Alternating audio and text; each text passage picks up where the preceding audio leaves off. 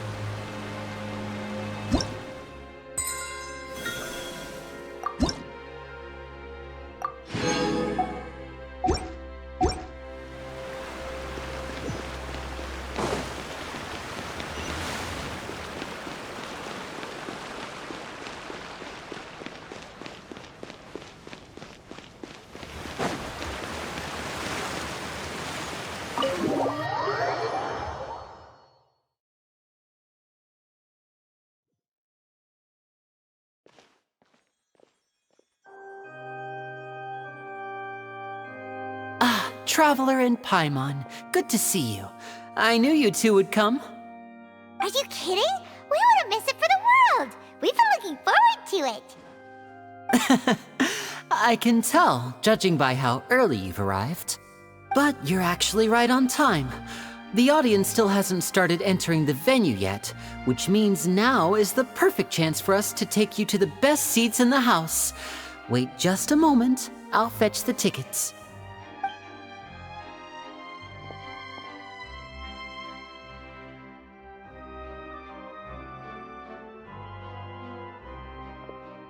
The Opera House has assigned seating, so you always have to make reservations. I've already reserved your seats, and here are your tickets. Ooh, front row seats! Thanks, Lenny! Don't mention it. There's no need to keep thanking me. Hey, Lenny! Could you come over here and take a look at this? Oh, I'll be right there. Seems there's an issue with the stage props over there. That's Cal, my assistant, calling me. I'll go lend him a hand. Yeah, we'll just go to our seats. You go ahead, Lenny.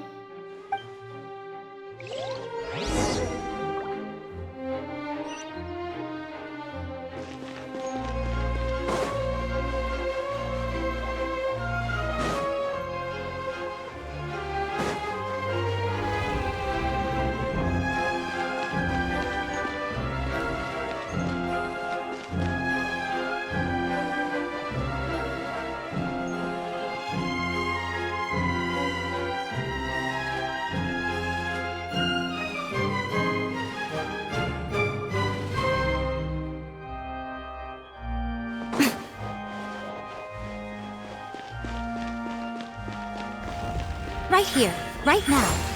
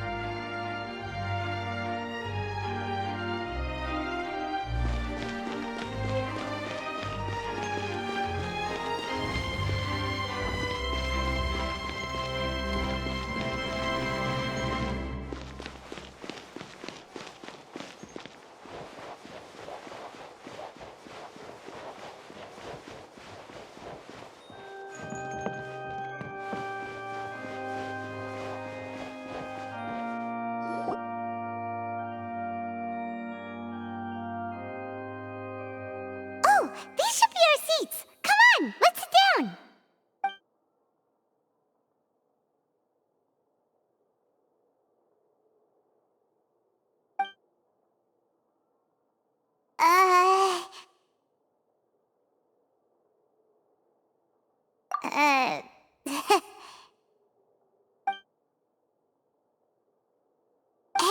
Traveler. Maybe we should strike up a conversation with the person next to us. Since we're sitting together and the rest of the place is practically empty still, it's kinda awkward if we don't say anything. Oh, you little... Of course you put this on Paimon! Excuse me, I did not realize you felt awkward. I am terribly sorry. I would be perfectly happy to chat with you if that is what you would like.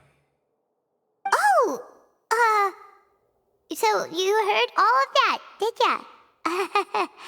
Boy, you sure have good ears. Paimon thought she was keeping her voice down. Wait, that's not it. Paimon's... Sorry. Paimon's the one who was being rude, talking under her breath like that. So, let's talk, but, what should we talk about? Oh, Paimon's got it. You're also here early and sitting in the front. Are you a friend of Linny's too? A friend, you say? Well, if Mr. Linney would like to be my friend, I would be more than happy to reciprocate. Oh, so you're not friends with Linny then? Oh, this is getting more awkward by the second. Paimon nearly forgot to make her introduction. Nice to meet you. Paimon is Paimon, and this is the Traveler. We just arrived in Vaudain. It is an honor to meet you two. I have heard of your deeds across Tevat. And as required by proper etiquette, I will also introduce myself. I am... Oh, Monsieur Nervillet, what an honor it is to have you here to see my show. Ah, Mr. Linney. I should say it is in fact an honor for me to see your performance in person. Wait, Nervillet? Could he be... I saw you all chatting just now, but it seems you still don't know who Monsieur Nervillet is. Allow me to introduce you to Fontaine's Chief Justice. That seat is always reserved for him. It wouldn't be too much to say that he's the symbol of justice and honesty here in Fontaine. Whoa! Sorry for being so rude just now. Paimon had no idea you were such an important person. No offense taken. Being Chief Justice is merely what I do for work. Nearly every person has their usual reserved seat, so I'm not so special, really. And by the way, I should probably let you know, even though I would prefer not to, there's someone sitting up there in the VIP seats that has been striking a pose for quite a while now. I believe she is trying to give you a most elegant and impressive first impression. So I think you should take notice of her sooner rather than later, otherwise she may become flustered.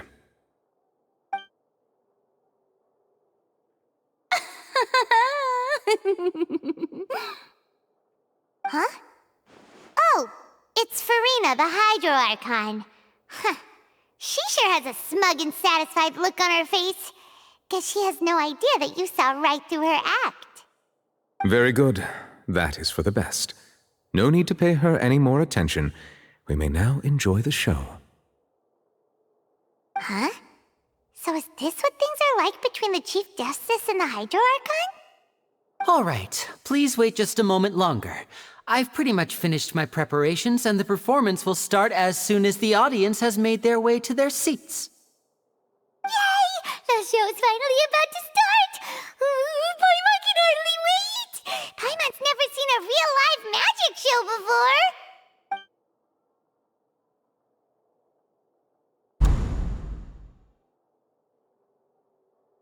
Ooh! They're dimming the lights! The show must be starting!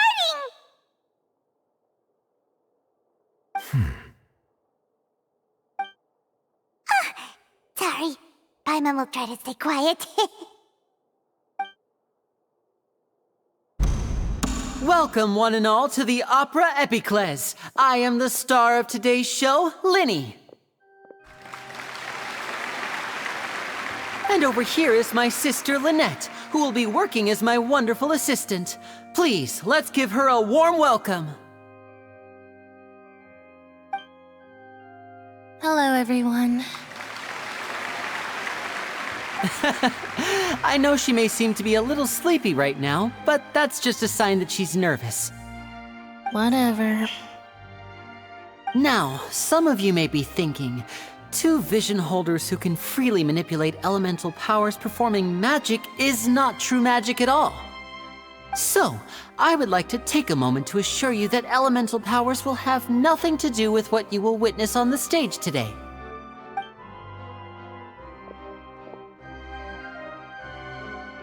Both Lynette and myself have removed our visions for the show.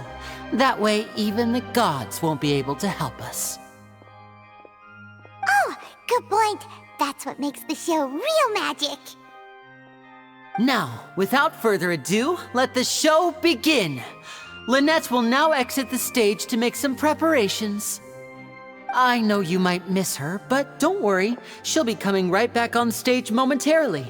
Perhaps in an unexpected way. I'm sure she'll be stealing the spotlight soon enough.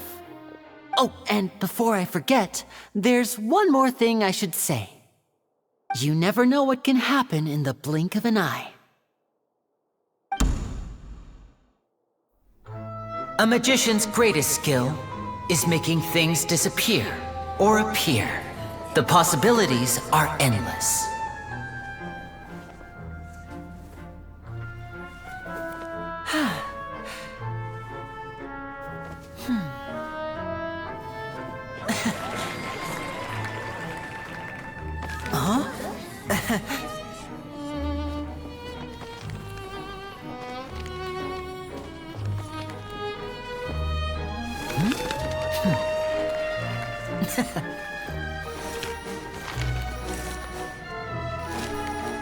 But this isn't what you came for. These little tricks, you've seen them all before.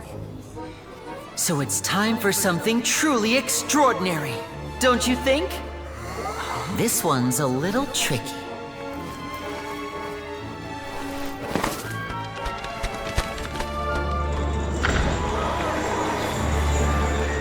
Using this water tank, I shall make my sister vanish completely, right before your very eyes.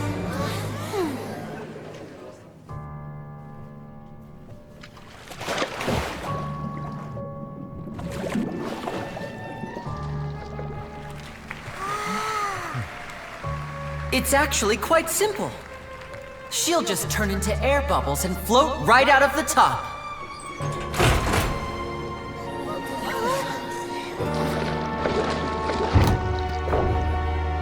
Oh no! I told them to check all the props carefully. With the lid on, even air can't escape. An amateur magician would be getting very nervous right around now. Luckily, it's me on stage, so let me show you what a true virtuoso can do.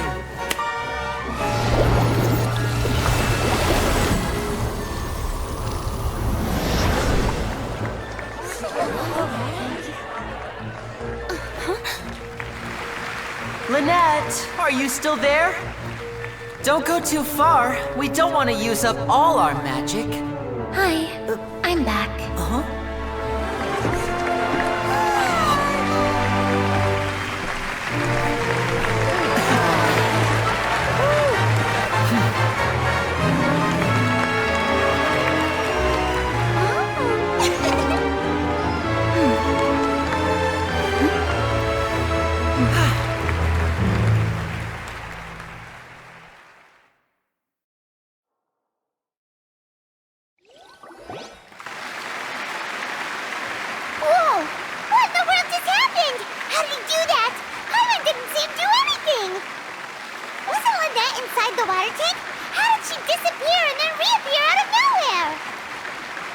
If we could see easily through his tricks, then that would mean that his skills are still lacking. To appreciate magic, you should focus on the show happening on stage, rather than getting caught up in trying to see that which has been intentionally hidden. Guess you're right. Paimon couldn't believe her eyes when Lynette reappeared. Amazing! Thank you everyone. I'm glad you enjoyed that performance. But our magical journey has only just begun. I've prepared even more astonishing surprises for everyone here.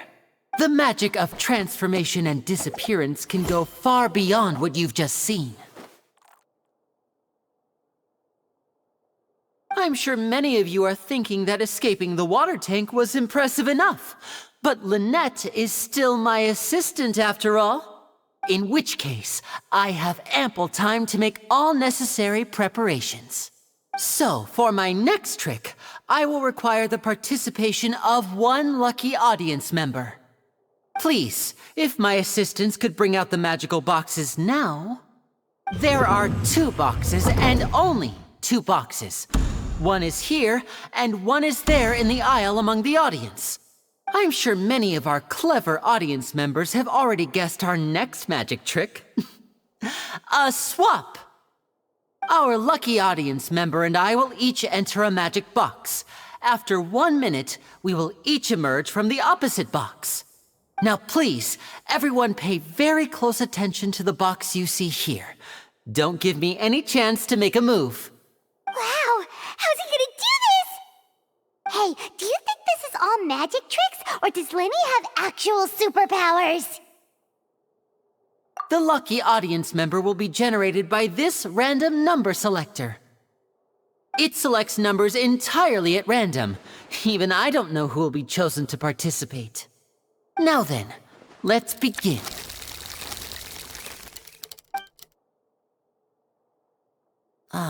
Let me see. Oh, row 7, seat 3. Congratulations! You now have the chance to experience magic firsthand for an entire minute. Please, come forward. My assistant will take you beside the magic box. I'm sorry, it might be a little cramped inside, but no need to feel nervous. We've carefully arranged everything for you to be as comfortable as possible. You don't need to do anything, but no matter what strange things may happen, don't come out of the box. If the magic is interrupted, who knows where you might end up?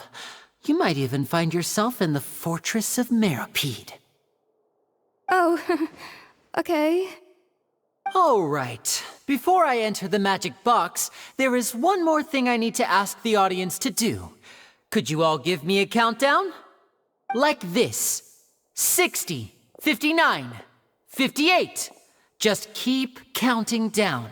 You can go a little faster or slower if you like.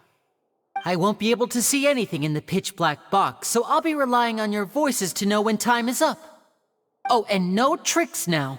If you quickly count from 60 in just 30 seconds, then I'll be in a tough spot. Ooh! Paimon kinda wants to count faster after hearing him say that! No, that won't do. I can see it in your eyes. You still can't be trusted. Let's practice together.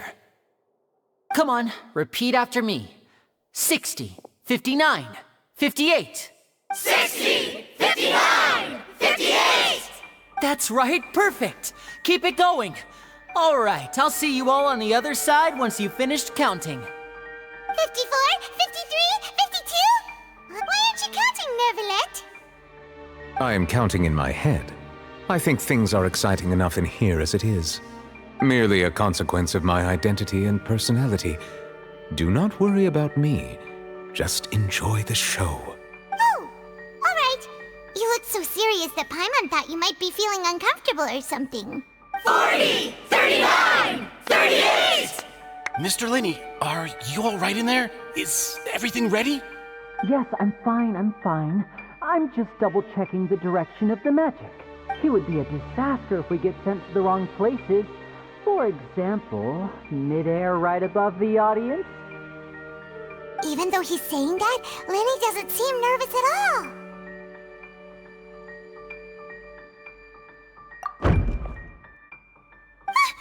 What was that noise? Did you hear it too? Not sure.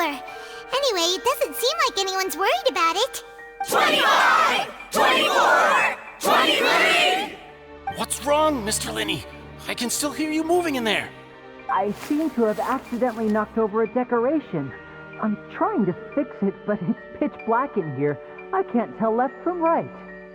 Never mind the decorations. There's no time for that. The show is what's important. No, that's unacceptable. I want my show to be perfect. Don't worry, we still have 20 seconds. Hear them counting? 19, 18, 17.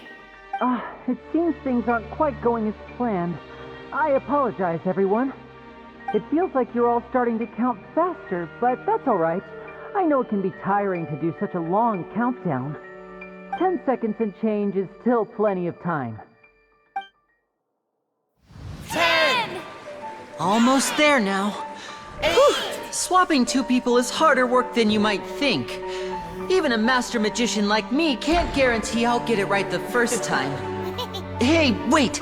Is this the back one? I can't tell. They both look the same inside. Huh? No, that's not it. I'll try again.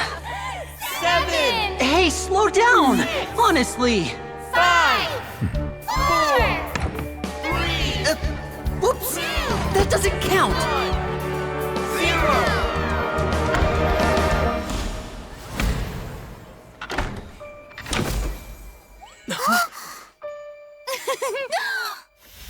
Ta-da!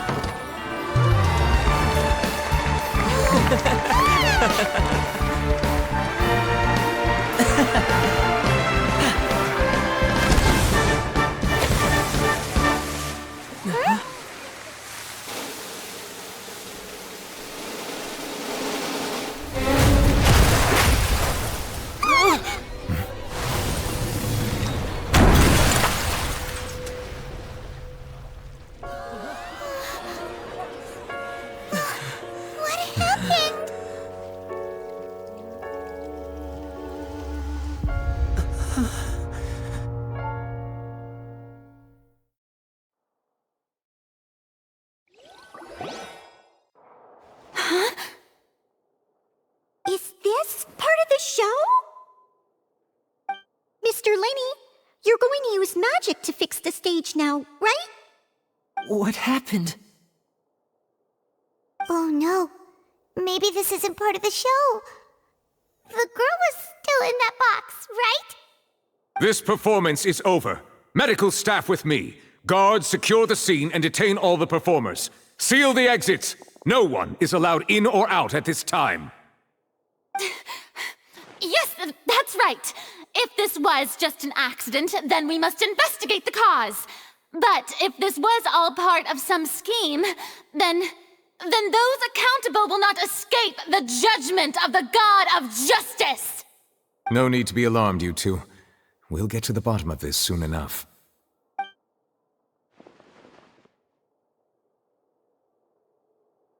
Unfortunately, the person who is in the magic box has been pronounced dead. His name was Cowell, one of the assistants in Linny's magic troupe. Apparently, the fireworks on stage ignited the ropes that were suspending the water tank, which then caused the tank to fall onto the stage. As of now, we are still not sure why we found Cowell in the box, rather than the guest from the audience. And after an initial search of the area, the guards have confirmed that the girl is nowhere to be found. It appears that this incident was not merely some mishap with the performance. And there are many indications that it is connected with the case of the serial disappearances of young women. The serial disappearances case? That's the case that Charlotte mentioned before.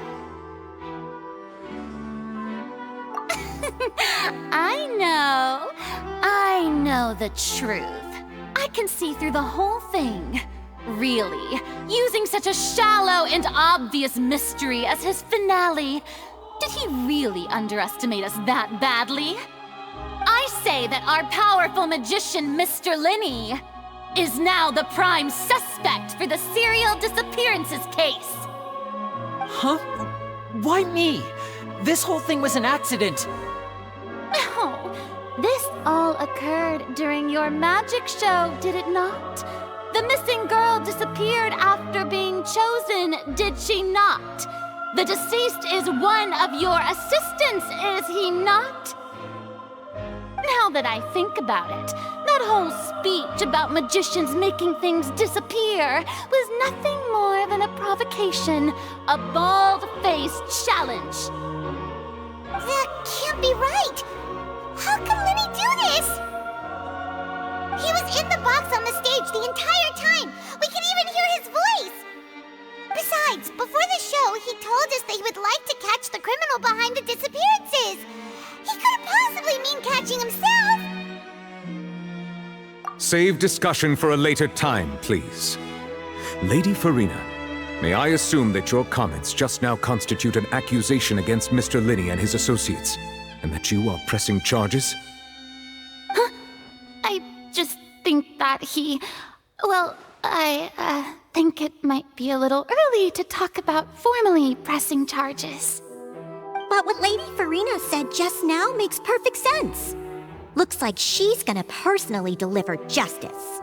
A kidnapping and murder carried out under the cover of a magic show. Lady Farina said it all. I mean, of course, my dear people.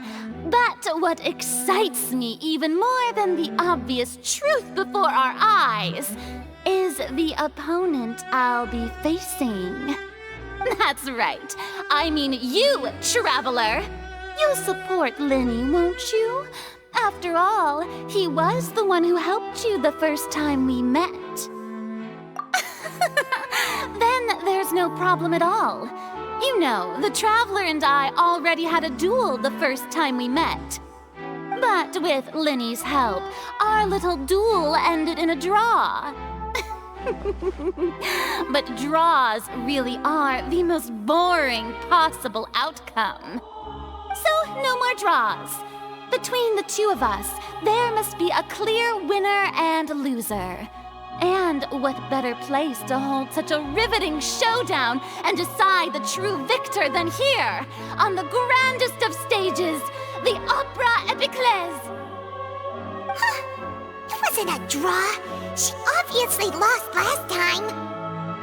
I understand. Charges have now been pressed, and as such, a trial is in order. Well, Traveler, seems Lady Farina has set you in her sights. But putting her dramatic rhetoric aside for a moment, I would like to ask you, are you willing to act as Mr. Linney's attorney and defend him in this case? Very well. The trial will be held a day from now in the Opera House. Both sides may investigate the scene to build their cases and search for the truth. Linney and his troupe are all potential suspects and shall remain within the Opera House. The audience may begin to leave in an orderly fashion once they have been cleared by the guards. A day isn't that long. Let's see what kind of case this big-shot Outlander can build in such a short amount of time. I'm really quite looking forward to hearing it.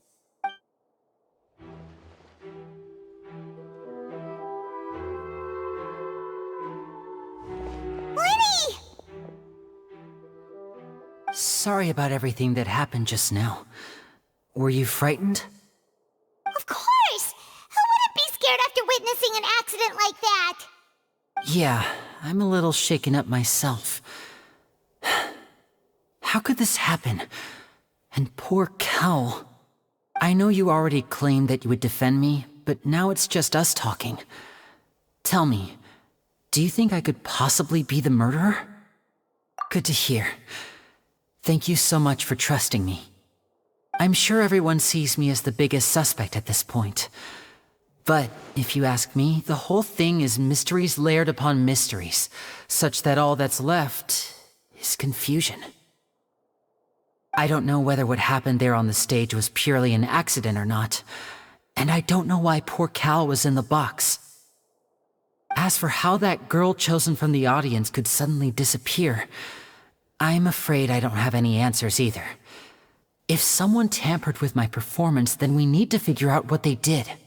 Even a skilled and knowledgeable magician like myself couldn't pull all that off in just 1 minute. Which is precisely why we need to investigate! As this book says, the impossible could not have happened. Whatever happened must have been that which is possible. Paimon bought them when we were reading at the bookshop in the city earlier. Pretty cool, huh? Don't worry, Paimon used her own savings to buy them. It wasn't from our travel funds. I think they look cute on you, Paimon. You have good taste, Lynette. That's the right attitude. Feeling depressed isn't going to help me now. I need to get back to my normal self. But with the guards watching our every move, it's going to be especially difficult for Lynette and I to prove our own innocence. Good thing you agreed to be our attorneys. Thanks for that. We'll be counting on you. Yes, thank you so much. Yeah, just leave it to us. Oh, since we're going to start investigating, Paimon has a question first. Where did Lynette go during the performance? Ah, well, I'm afraid that would involve some of our essential trade secrets as magicians. The secrets behind our magic are past saving, Linny. I suppose you're right. The truth behind our tricks is going to be important evidence that will be weighted during the trial. 'Tis truly a pity. As a magician, our magic show is a work of art. We've poured countless hours and spared no effort in perfecting it. But if revealing our secrets will help you uncover the truth behind what happened, then it will be well worth it. We should go somewhere else if we're going to discuss our magic tricks. We'll go speak with the guards, and in the meantime, you can go investigate the stage and the seating areas. Alright, let's go have a look while the investigation teams are still here. Detective Paimon is on the case!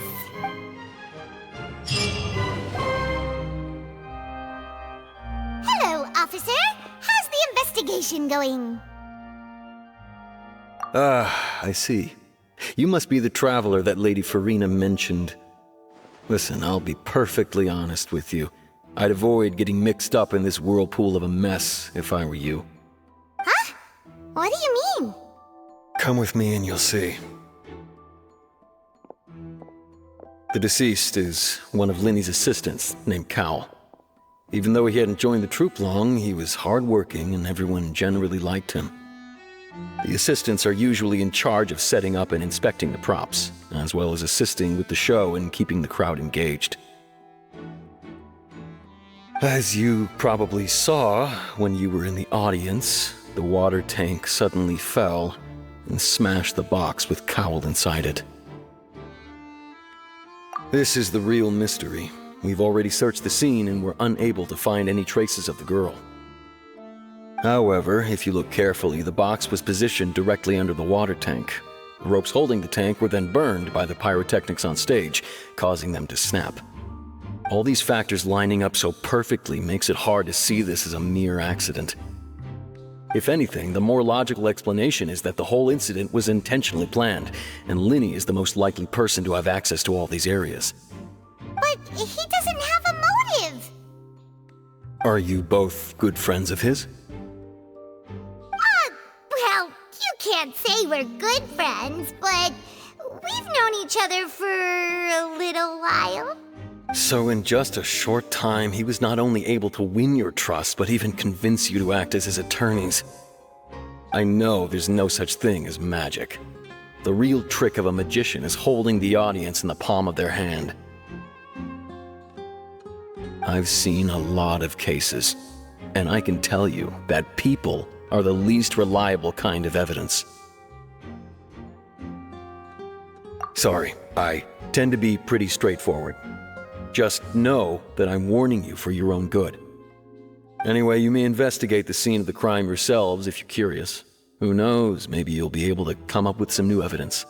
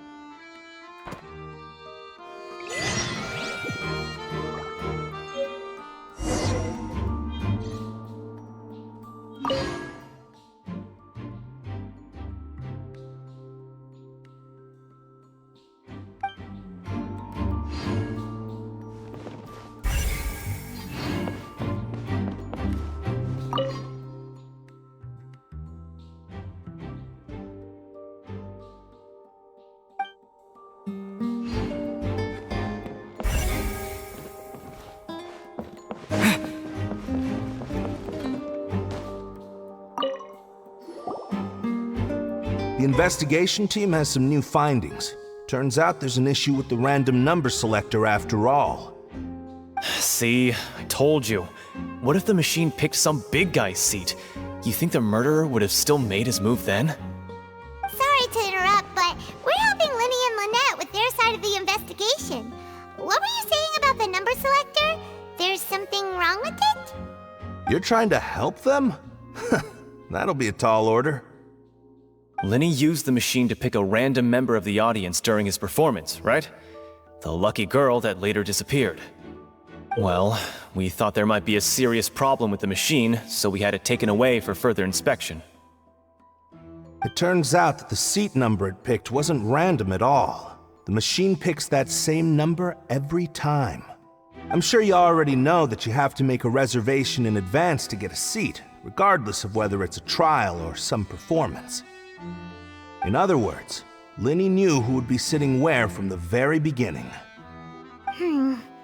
That much checks out. Linny reserved our seats for us too. Bet you see why I was saying it'd be tough to make a case for Linny. Even though it's bad for Linny's case, Paimon had better write it down.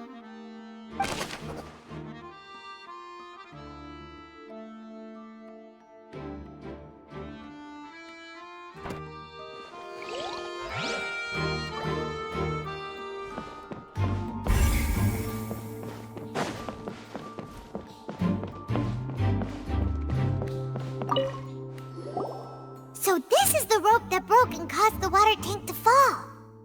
The rope looks pretty durable.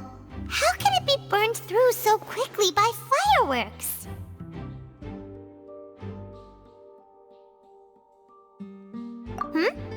Why are you suddenly so serious, Traveler?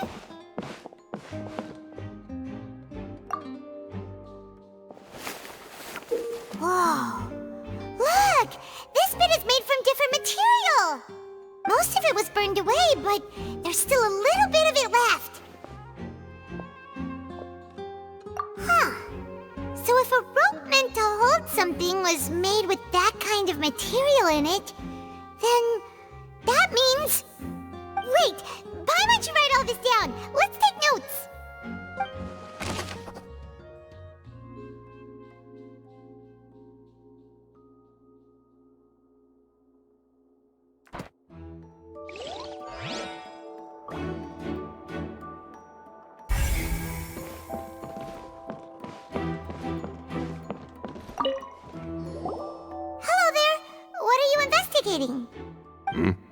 Oh, this location has also been cordoned off because the Magic Troupe members are currently considered prime suspects. The investigation team is still collecting evidence. The seats were all booked in advance, so we were able to deduce the missing woman's identity by checking the guest list. Sure, it's not like this is confidential information. We will publish it later anyway when we petition the public to help us find the missing person. Her name is Halsey. She's a painter from Fontaine who's made a bit of a name for herself. Apparently, she wasn't a regular at the Opera House, but she'd been feeling some pressure with her work lately, which made her decide to come see the magic show. The Magic Troupe members all claim not to know her, and we have looked into her social connections. It seems that she has no personal grievances or conflicts of interest with the suspects. Simply put, she wasn't related to the Magic Troupe at all, which matches the features of the previous serial disappearances. Were the victims of previous cases also chosen at random? That's how it seems to us, in any case. Apart from the fact that they were all young women of around the same age range, there really weren't any other connections between them. Okay then. No need to be so formal. If you do happen to see the missing girl, please be sure to contact us. It is of utmost importance that we get to the bottom of these disappearances.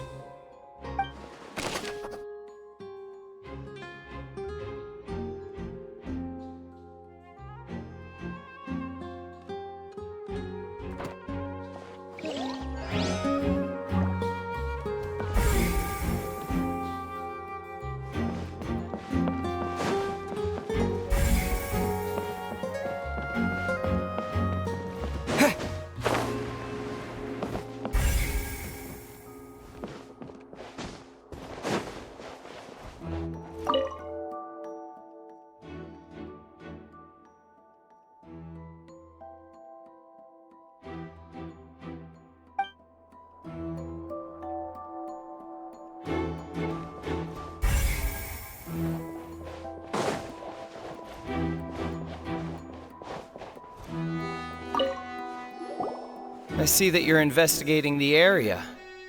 Well, it just so happens that I'm interested too. If you find any new and interesting leads, be sure to share them with me, alright? We don't have too many thoughts yet. Then why don't I tell you my hypothesis first? The way I see it, it all started with that loud thud. The thud? Oh, you mean the sound that happened during the countdown? Yes, exactly.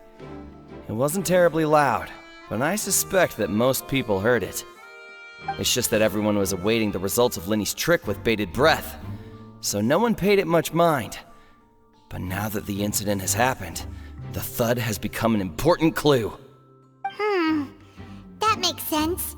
So, what do you make of it? I'm of the opinion that it may have been the sound of Linny's accomplice, Lynette perhaps, jumping atop the water tank or something like that.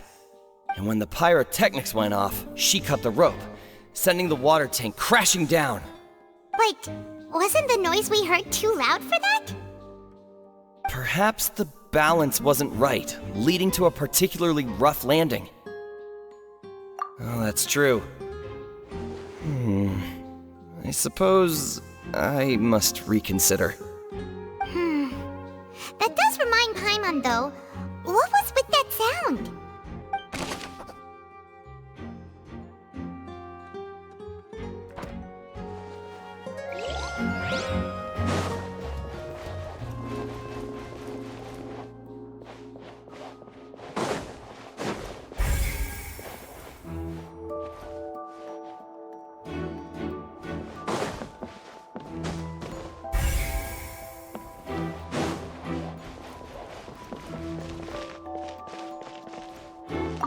Lenny's still talking to the guards. It seems he'll have a lot of explaining to do. I think someone will be assigned to monitor us later, but that's alright. Lenny's still talking to the guards. I think someone will be assigned.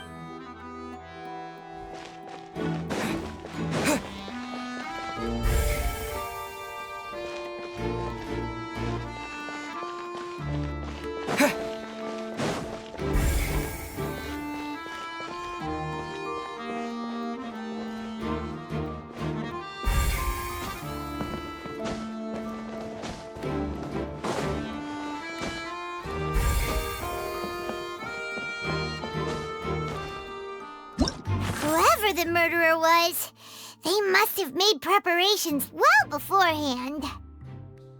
Why would it be him? How strange. Gosh, no wonder the serial disappearances never got solved. We all heard that noise, didn't we? This rope was obviously tampered with. People needed to register and reserve a seat for the show. That, combined with this number selector, could allow you to pick a young lady instead of some old fogey.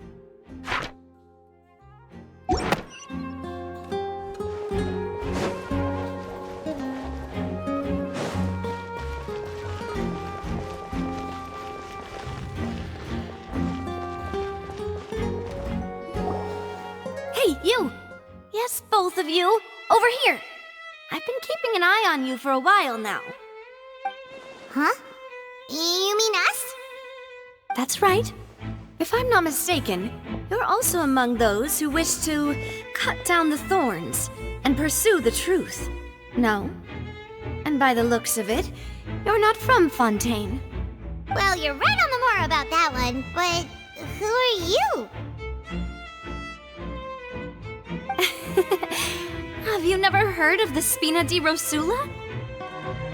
From mediating disputes and providing protection to solving conundrums, you name it, Spina di Rosula does it. And I, Navia, have the honor of being its renowned president. Though those who play by our rules call me boss. I'm Silver, her attendant. Pleased to meet you. And I'm Melus. Demoiselle's various daily needs and affairs are under my purview. Huh? Boss? Demoiselle? What gives with the names? Well, I am the second generation president. Melus and the others are still used to my previous title. My apologies, Demoiselle. Should you prefer, boss, I will endeavor to use that instead. No, no need. You don't have to call me boss. Just Navia is fine. Okay, if you say so. Not that we're members of Spina di Rosula anyway. All merely trifling details. Never mind. Now, back to the situation at hand. That's right. I've always kept an eye on the serial disappearance cases. My interest stems from a matter back from my father's time. Judging from the look of things, I find Linny an unlikely mastermind. Really? We think so too! That's why we're looking for clues now. But how did you come to that conclusion? Intuition, naturally. My unparalleled intuition. Farina sure was quick to point the finger at Linny without any decisive evidence whatsoever, wasn't she? But that's not uncommon for her. If you remember, the Justice had to interrupt her and ask if she was pressing charges just to keep her from getting carried away. Anyway, a trial begins the moment someone levels charges. And, of course, there was no way Farina was going to back down in that situation. Sounds more like you just don't trust the Hydro Archon. Well, what's your opinion? I must admit that she can be interesting at times, but liking her doesn't mean that I'll blindly agree with her. All right, I've answered your question. Now, it's time you answer mine. Wait a minute, did that answer count? Well, I say it does. But don't worry, you won't hear any pointless questions from me. In your opinion, do you think it's right to treat a trial like it's an opera? Well? And why would that be?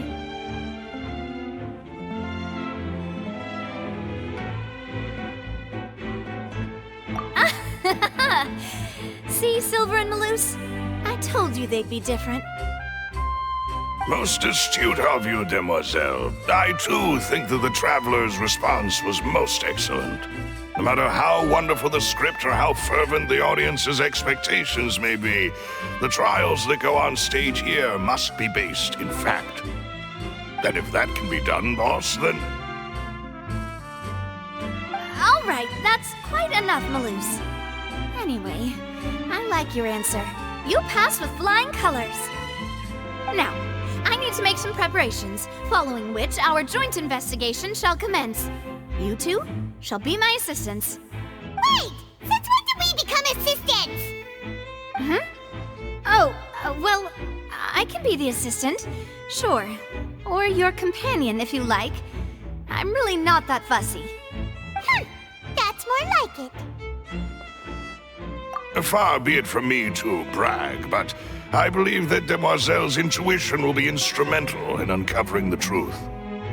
You wish to save a friend from false accusations, and we wish to unravel the disappearances. In this sense, our goals are aligned. You have a point. You're quite the talker, aren't you, mister? And what about you over there? What do you think? You seem like you've got something on your mind. I have nothing to add. Oh, alrighty then. We'll be making some preparations first. Just be sure to let us know if they start revealing Lenny's tricks. Thanks!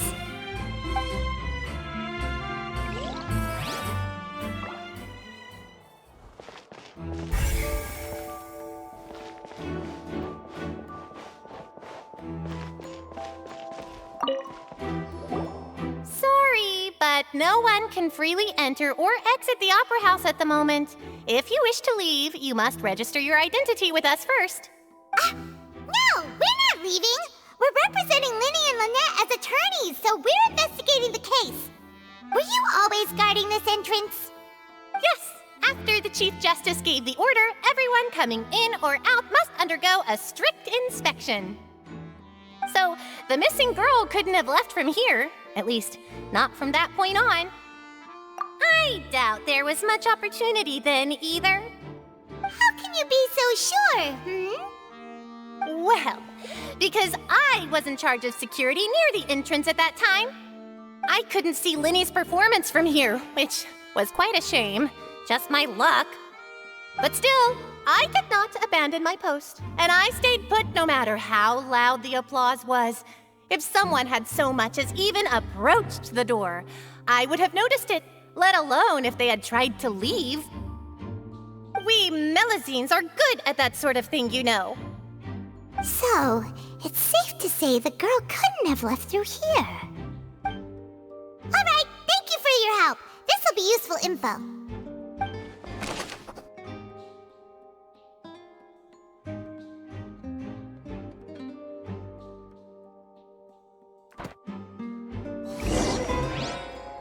We've checked everything of note here at the performance venue. Paimon wonders how Linny's discussion with the guards is going. Let's go see, shall we? Ooh, things are getting interesting, huh? Understood. Then I will be going with you. Just so you're aware, I will be monitoring your actions and making notes as necessary. Very good. Thanks for being so agreeable. I'd pull a rose out of my hat as a gift. For you if I could. You may spare the pleasantries. I'm just doing my job. You've arrived. Who's this? Me? I'm Spina di Rosula's guardian angel. If you've got a problem, I've got the firepower. Sorry, I got a little carried away there. Call me Navia. I'm a partner of theirs, and will be helping investigate this whole situation. And these are my companions. Would you mind if they join as well? Fine by me. Oh, new helpers? I would be most grateful. Well, let's just say we're tagging along. It's not every day you get to see the secrets behind magic performed on such a large scale. I appreciate your kind interest. Come with me. We'll be heading below stage. Huh? Below stage? Yes, a world of secrets is hidden beneath this magic box, prepared specifically for this switcheroo trick. But before I reveal everything, you should have a look first. Notice anything strange here?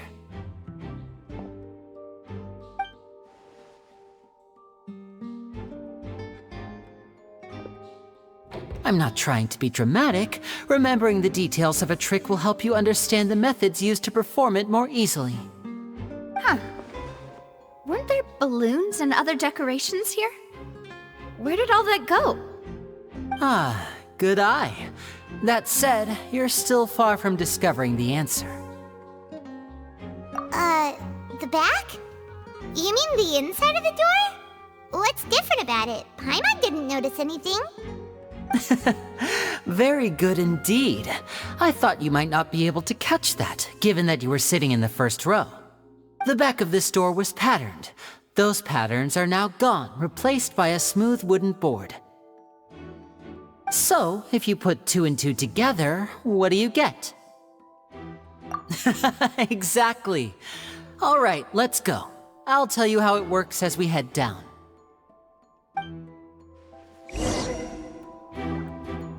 Oh, so there was a passageway under the magic box! I knew you'd figure out most of it as soon as you saw this place. The two magic boxes are positioned right above the two entrances of the tunnel. See this flatbed trolley? The box with the lucky audience member in it would be shuttled over to the other side using the trolley. This trolley can raise and lower and even rotate, ensuring that the box will face in the right direction. I see. So that's the purpose of the box inside another box. Precisely. The inner box would descend after the audience member was put inside and be moved along the trolley, all while the outer box would remain on stage as if nothing had ever changed. So that's how you did it! Once the box was lowered, the trolley would store some energy through this device here, with which it would complete the rest of the steps. The audience member would only be able to feel some slight movements in the dark, and by the time she walked out, she would already be back on stage. Right! You were talking that whole time, and you even came out for a moment near the end! Ah, yes. A phonograph operated by Lynette was used to achieve that effect. My assistant and I had already scripted our conversation beforehand. When the countdown began, I had already gone to the opposite box via a tunnel using that ladder. And what about Lynette? Where was she? I was in the mezzanine space in the back of the box. Oh, interesting! That's how we were able to coordinate Linny's lines with the assistant. And, by the way, I was the one who walked out of the box at the end. I mean, we are twins. All it takes is a change of clothes and no one can tell who's who. And that's my favorite part of this trick. Only Lynette and I can perform it. So that's how it all worked! Wow, every detail you revealed was more amazing than the last! Lynette would briefly walk out of the box and then go back in, jumping into the tunnel and escaping before the box on the trolley could finish ascending. And then I walk out of the other box in the audience area, and the trick would be complete. The operative word here being would. But as you saw, Cal was in the box, not our audience member. She, on the other hand, mysteriously vanished. We really don't know how that happened. If not for that interlude, this would have been an astonishing trick.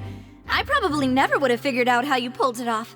And yet, to think that someone was able to use this magic trick to commit a crime. Could we have a look around? I think we can come up with some more leads. This is the scene of the crime, so Linny and Lynette are not permitted to stay here. I'll escort them back up. Yes, of course. No need to be so strict now. I won't disappear into thin air, you know. Thanks, everyone. We're counting on you.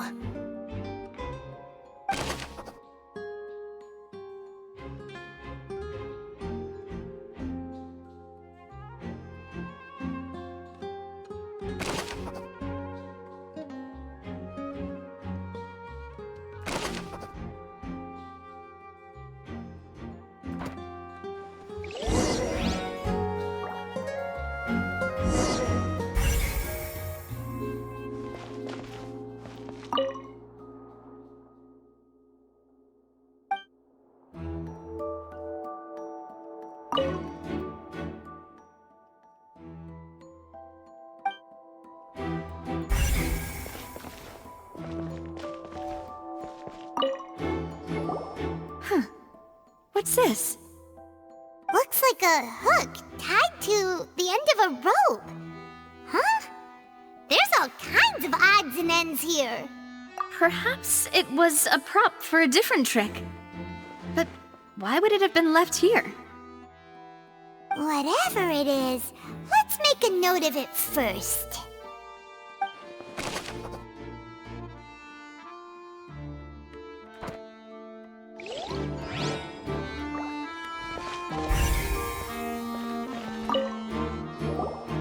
The floor is wet. Please be careful not to slip. Speaking of which, why would there be water here? Oh, Paimon knows! It's one of those tricks where you pour water into a jug and then flip the jug over only for the water to disappear? And here's a broken vase. Huh. Did the trolley knock it down while moving? That can't be. The trolley moves along tracks from start to finish. It couldn't have hit the vase at this distance. Let's note this down too and think about it later.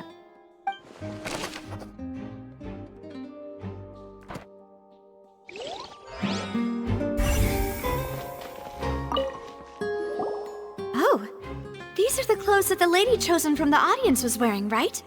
Her clothes are here, but she's nowhere to be found. Right. And do you really need to do that if you're kidnapping them?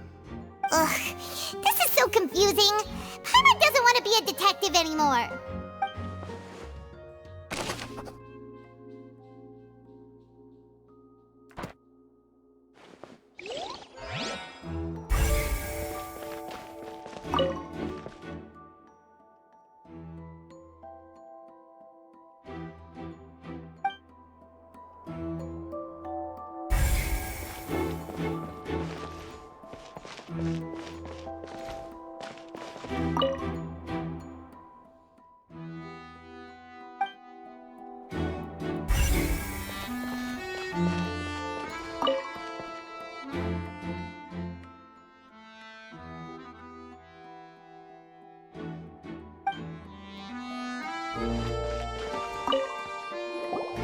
What is this place? It seems someone could fit through here. Huh. Could this have been the suspect's escape route? Alone, perhaps. But if they had to pull another person with them, the space would be too narrow. But there are no other ways in or out of here.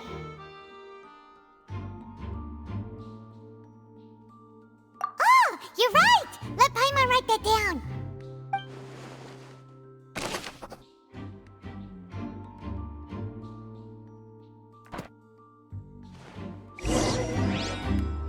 Seems we're just about done investigating down here.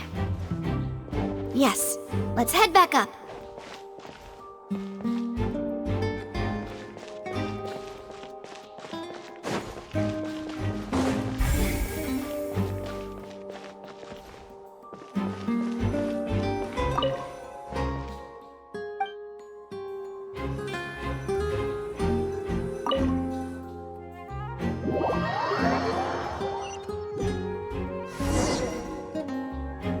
We've ascertained the state of the crime scene. Let's find a place to sort out our findings once Malus returns. It seems to me that there are several things that don't add up here. Apologies for the wait, demoiselle.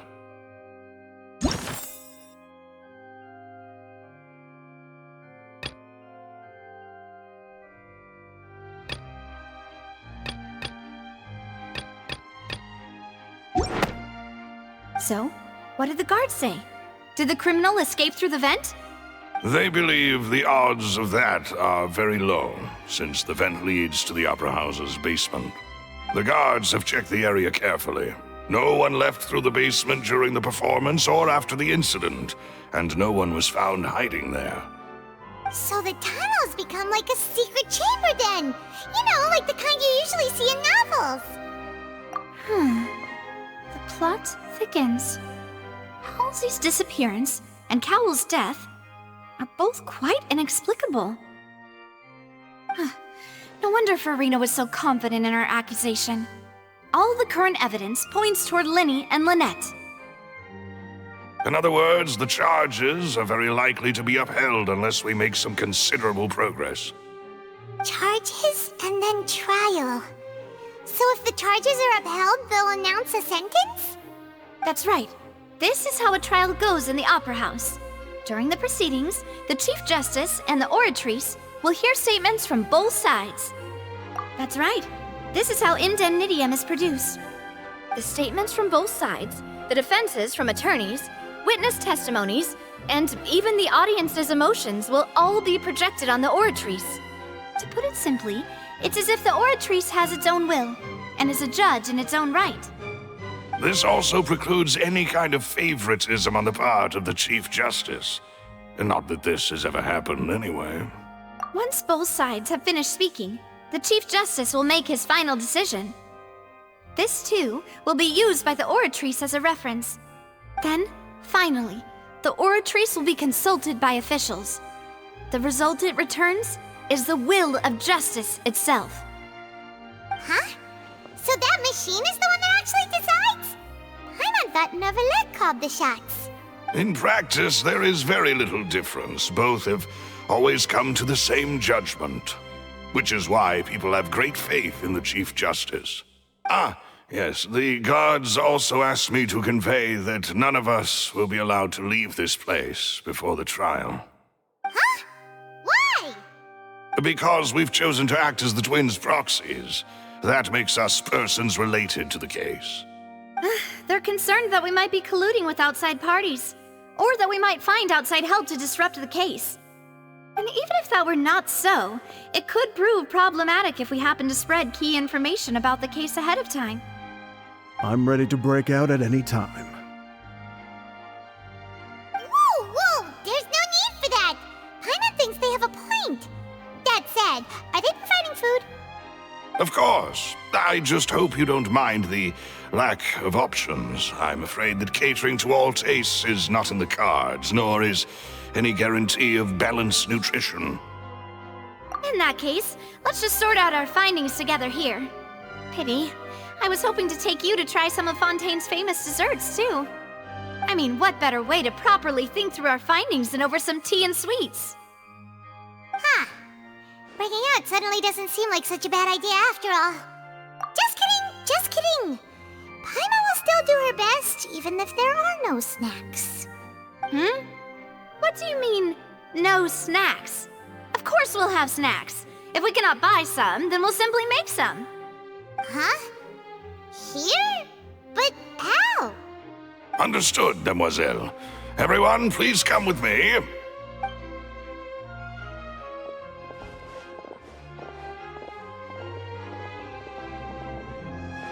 Wait, you're carrying a portable stove with you? Yes, I must be prepared to meet the Demoiselle's baking needs whenever the fancy strikes her. I have eggs, sugar, and almonds at the ready. Good work, you two. Then I'll get to it. Please sit tight for a moment. You'll get to taste my awesome snacks soon enough. These three are quite the interesting group.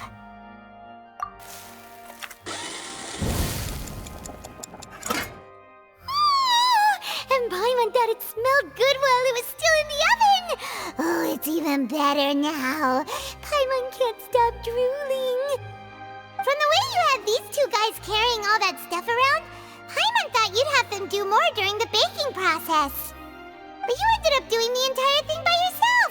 Beating the egg whites, grinding almonds, everything! I was applauding. And I was giving encouraging smiles. Paimon was just thinking, aren't you worried about getting your fancy dress dirty beating egg whites and baking like this?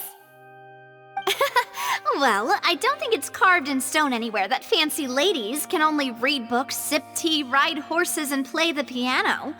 I just really enjoy making snacks. Don't underestimate beating egg whites, by the way. It's a real arm workout. You also need to beat them to just the right consistency, or your macarons will crack. Anyway, give these a try, fresh out of the oven. There's 3 for each of us. Only 3? Well, eating too many sweet treats might send all that sugar to your head. You wouldn't be able to think clearly about the case on a sugar rush, would you? Tea is ready to be served as well. This is Demoiselle's favorite, strong black tea with a floral fragrance that clears the mind and lifts the spirit. No need for concern. I'm merely doing as I should.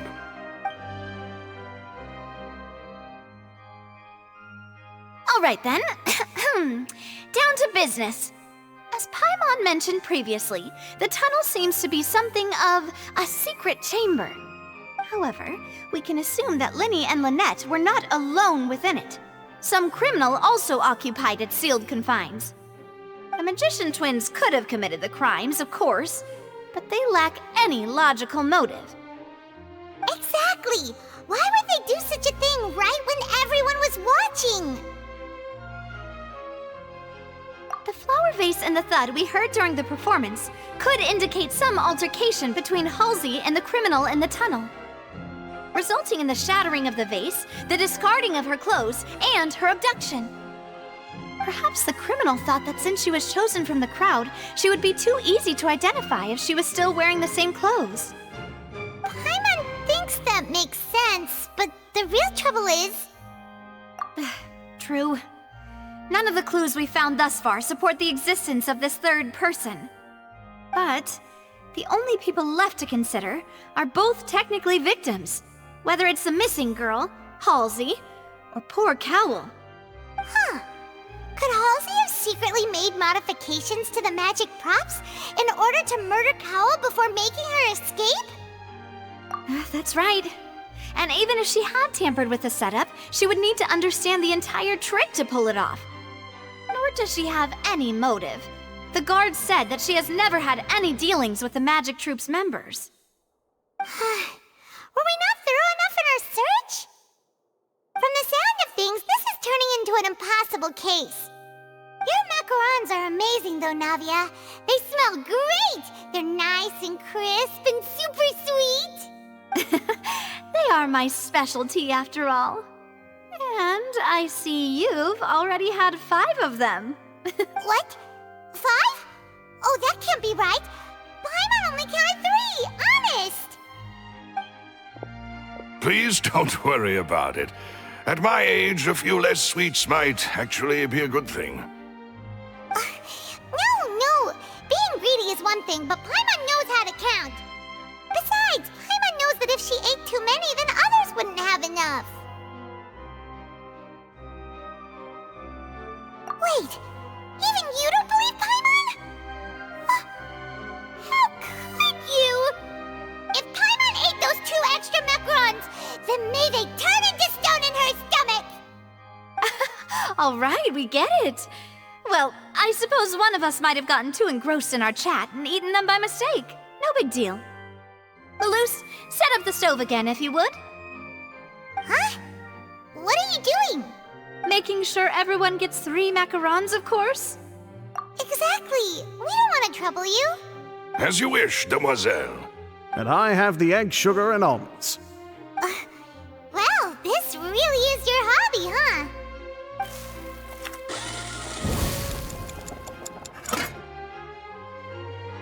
Well, that's it for snack time. I'm going to have another look around the area. I don't know what we're looking for yet, but we've still got some time. As attorneys, I suggest the 2 of you think the case over again. It would be awkward if you got all tongue-tied on stage during the trial. All right, thanks for your help and for the snacks. It was nothing. A small task for the Spina di Rosula. Silver, Malus, it's time to go. I'll be back if I find anything new.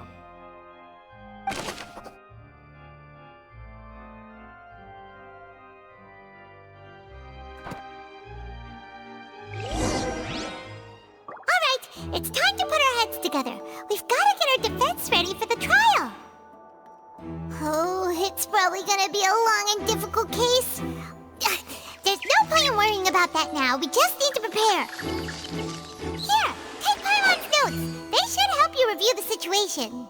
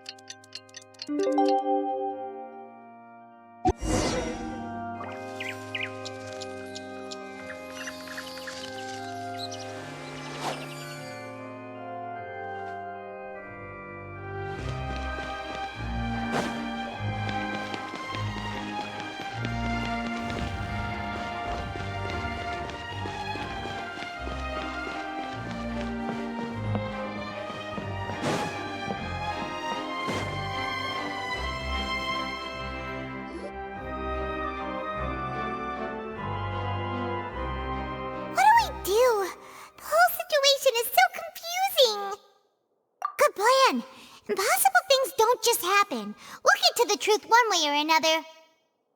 Just relax. Even if everyone else suspects Lenny and Lynette, at least we will be supporting them from the stands. Besides, I doubt Farina understands any more about what happened than we do. Thanks, Navia. Well, we'll be going then. Best of luck to you.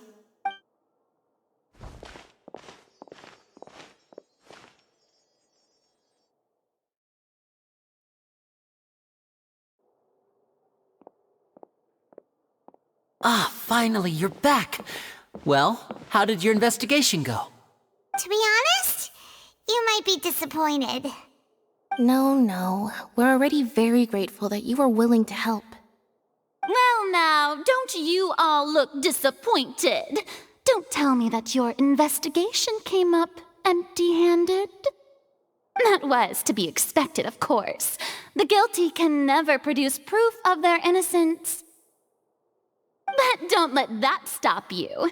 I shall be terribly disappointed should you, my most anticipated foe, concede so easily.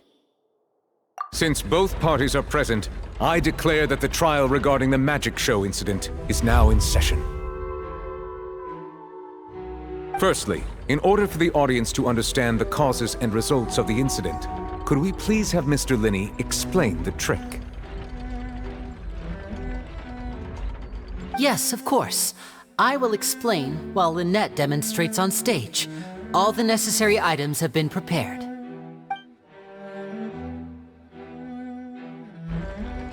Thank you, Mr. Linney. In that case, I take your statement to be that you ran to and remained hidden within the magic box in the audience stands once the trick began, and thus could not have committed the crime. Is this correct? Yes, that's correct, Your Honor. In that case, I call upon the prosecution. Lady Farina, do you wish to refute his statement in any way? Why, of course I do. Allow me to take the first shot and break this case wide open. Mr. Linney is clearly lying. There is no way you could have been in the box the whole time if you were to abduct Halsey and murder Cowell. In fact, I'd say you were hardly in that tunnel at all. That is simply your hypothesis based on the presumption that I'm guilty. Oh, is that so? And if I may ask, what did you hear while you were inside your box? The roaring countdown of the crowd, of course. That's how I kept track of the time and built anticipation for the finale. And you didn't hear anything else at all? Nothing that might leave an impression of any kind? No, nothing. I see. But when the count reached 30 seconds or so, there was a thud. One so loud that I believe practically everyone heard it. Huh? Hey, hang on. Something's not right here.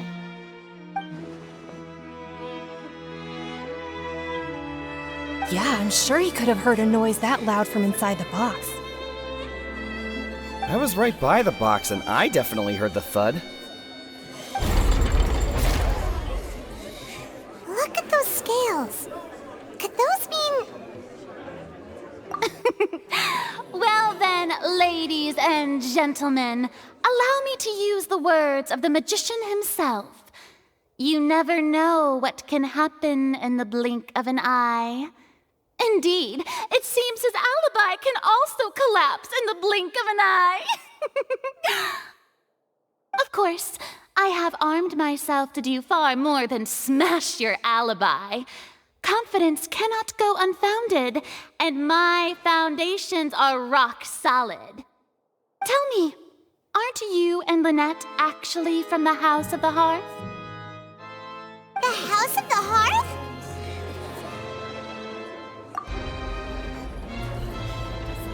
No wonder they did something like this. So the serial disappearances were the Fatui's doing. Now it all makes sense. I've got a feeling that what happened on stage probably wasn't just an accident. That's irrelevant. Our identities have nothing to do with what happened. Indeed. Then perhaps you could tell us everything that happened during that 1 minute. Your first priority is to prove yourself innocent after all. I'm sure there is little that needs to be kept secret now. Unless your script already has holes in it.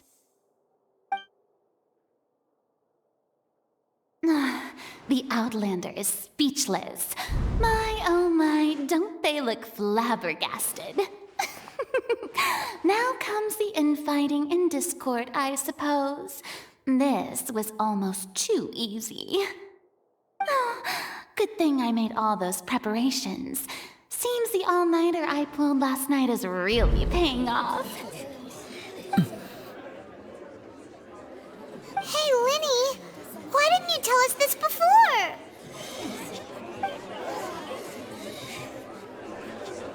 Order! Order! Mr. Linney, allow me to re-establish the facts. Lady Farina has raised 2 points. First, when the thud was heard in the Opera House, you were neither in the box nor the tunnel. Second, you and Ms. Lynette are both members of the House of the Hearth.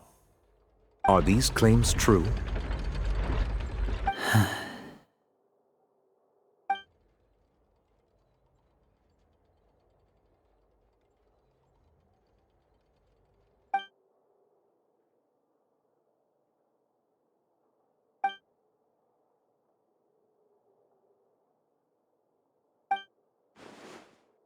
Please answer my question, Mr. Linney. I'm sorry. Yes, they're true, Your Honor.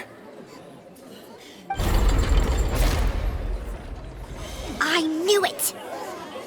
Well, that's it. We might as well move on to the sentencing already. What should we do now? Granted.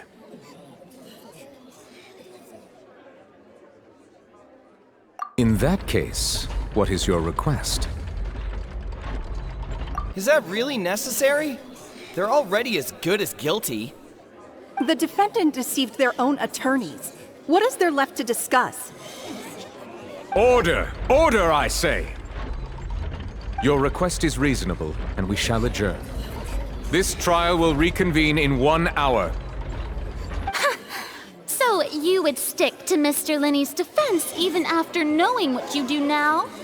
You certainly have more professionalism than I thought. In that case, my dear audience, let's allow the joy of victory to steep for a little while longer.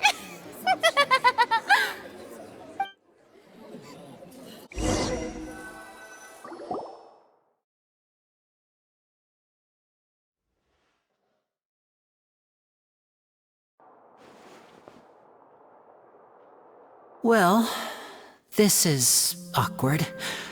I didn't think the Hydro Archon would dig all that up. I'm sorry, Traveler and Paimon. Yeah, sorry. Paimon doesn't know where to start. We trusted you two. We based our entire reasoning on the assumption that you weren't bad guys. Not to set the wrong tone or anything, but Paimon's really mad. I'm very sorry. I know you're angry, and reasonably so, but please, let me explain. I know you've clashed with the Fatui several times before. I wouldn't be surprised if just hearing the word is enough to make you upset.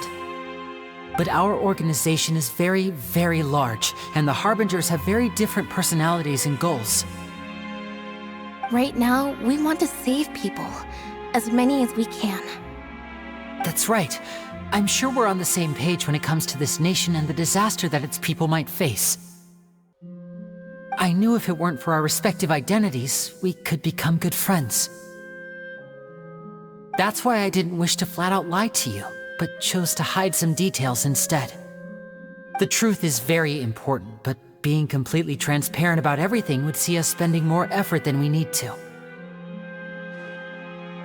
Right. So, you be the judge. Heck, if I were you, I fear that I'd even struggle to trust me at this point. You met a Fatus who works as a magician, a trickster by trade. All by coincidence, too. But still, I'm asking you to trust me. I am no criminal. At least, not in this case. Sorry. Please forgive us. Well, you both say that, but... Right. Let's hear your answer first, and no lies now! Of course. I'll answer any question you ask. We've been trying to find out how the Oratrice operates. We want to know why it has a consciousness. Why can it deliver sentences accurately? During our investigations, we learned that the machine's core is beneath it. From that moment on, Lynette and I have been designing this box swap trick, with the objective of getting close to the core. Is that why you needed a whole minute? That's right. In truth, the audience would take about 75 seconds to count down from 60, while I would only need 15 to get to the opposite box. So, after jumping into the tunnel, I accessed the Opera House basement via the vent, and went to investigate the room in which the core is stored. That air vent was created during the construction of the tunnel specifically to execute this step. Well, nothing. As soon as I reached that room and was about to investigate, I heard someone's voice. Which should have been impossible, of course. I was quite certain that I was the only one in the room. That voice seemed to recognize me and tried to speak to me. I chose to err on the side of caution and retreated the way I came. On the way back, I saw the broken vase and the clothes on the ground, but the countdown was almost finished, so there wasn't time to give it any thought. After that, the homicide occurred just as you saw. Well, that explains why you didn't hear the thud. Because of that prophecy I told you about, of course. We must know all we can about this nation's secrets in order to deal with that prophesized crisis. That's the only way we can save everyone. So, there you have it. The whole truth. I swear, I didn't hide anything from you this time. It was never my wish to proceed under this cloud of mistrust either. But like I said earlier, you can be the judge. If you want to leave because you don't trust the Fatui, there's nothing I can do to stop you. Well, Traveler, you decide. Paimon will follow your lead however you choose.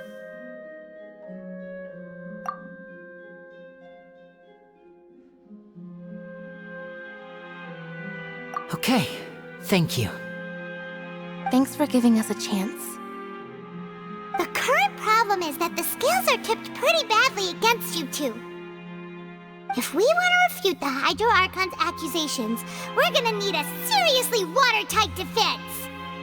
Huh? Oh, Paimon thinks she gets what you mean.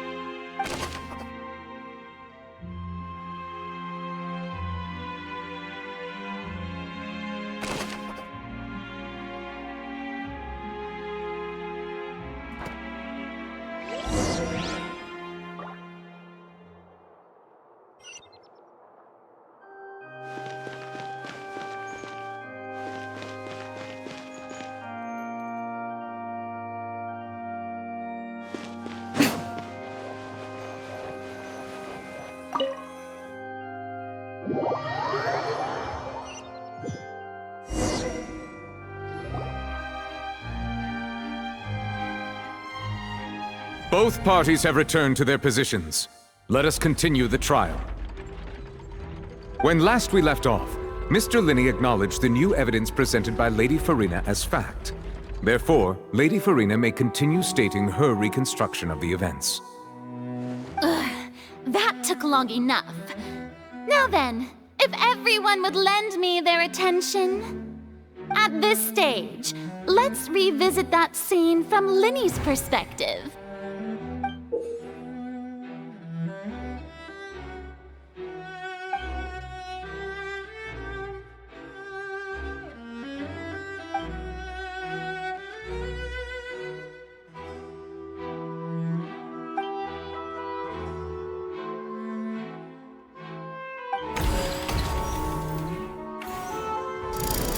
Countdown began, he entered the tunnel. When the flatbed trolley passed, he opened the box and got into an altercation with Halsey, which caused the loud thud. He did not realize that this sound could be heard by everyone in the opera house, which is why he claimed earlier that he could not hear the sound. Finally, he used the vase to knock her out, before making her change clothes to prevent others from recognizing her. At this time, Cowell arrived in the tunnel, having heard that strange noise, and caught Linny red-handed. So Linny proceeded to knock him out too before stuffing him into that box. Afterward, Linny passed the unconscious Halsey to his accomplice through the magic box in the audience stands, before operating the devices such that Cowell's death would be ruled an accident. And there you have it. That's the truth behind what happened. Does the defendant's side have any objections to Lady Farina's description of the events? The key to refuting Lady Farina is the order of events, what Linny experienced and what he saw.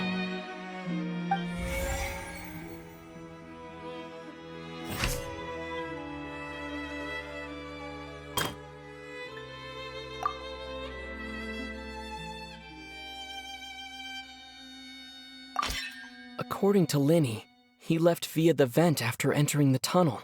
He couldn't have had that altercation with Halsey.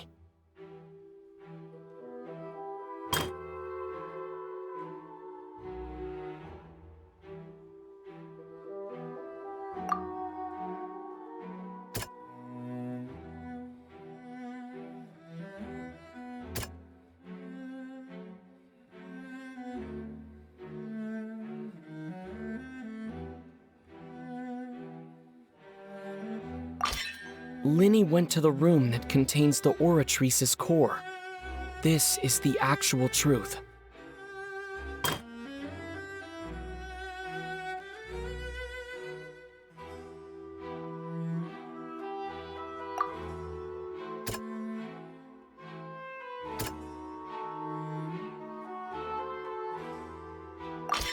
Linny did not take part in the underground altercation.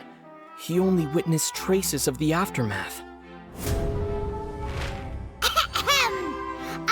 Attention! Ace Detective Paimon has something to say! When the countdown started, Linny did indeed go into the tunnel. But he immediately used a vent to access the Opera House basement, which is where the underground core of the Oratrice is stored. Once he reached that area, he heard a voice in what should have been an empty room.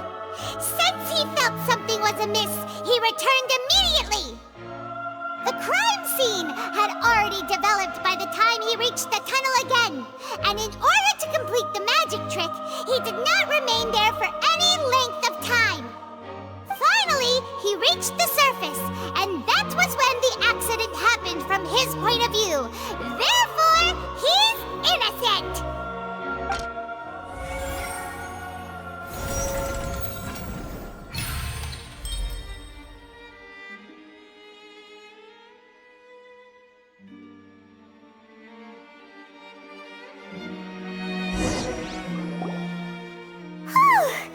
Paimon did it! Paimon actually managed to say all that! Wasn't it awesome? In other words, you believe that he knew nothing of the incident? That's right! My reasoning?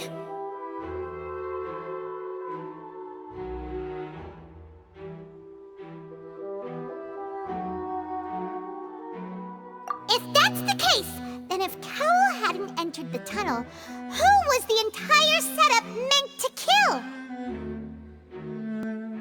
Assuming that what you say is true, Linny only needed to kidnap the young girl to cause a new disappearance case. What would the point of killing someone on stage be? Oh, they have a point. That's right, you tell them!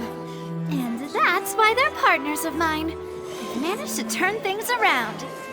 Oh, well, your denial is very strident, I'll give you that. But what proof do you have to back your claims? Of course I do. If he had been in the magic box the whole time, how could he have not heard that sound? Why do you ask? You're saying that he wasn't?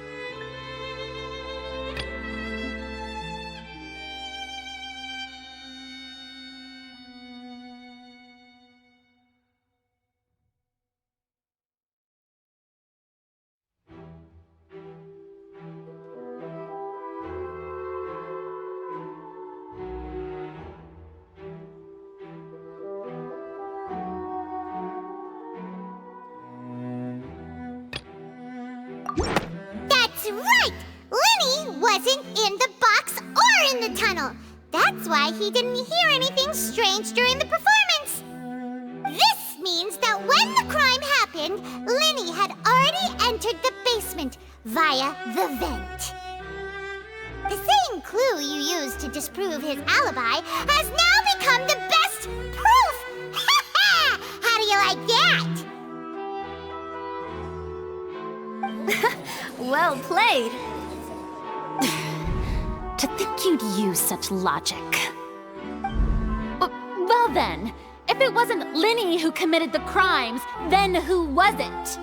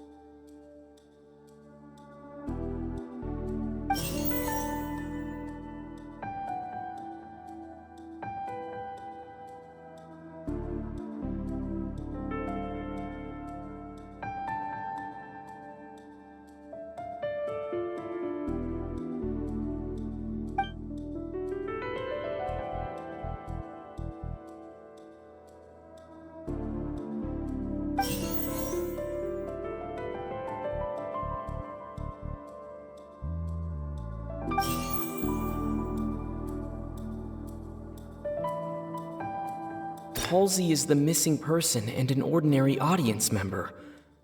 Or did she have her own scheme all along? The deceased's name is Cowell, Linny's assistant. He would have been able to tamper with the equipment. Could there have been a third person involved? Is that really a possibility?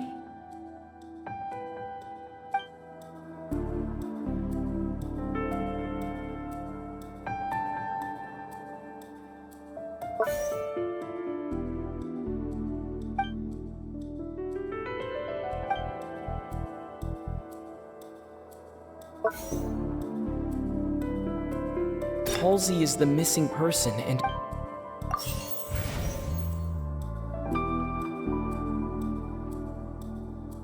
Could there have been a third person involved? Is that really a possibility?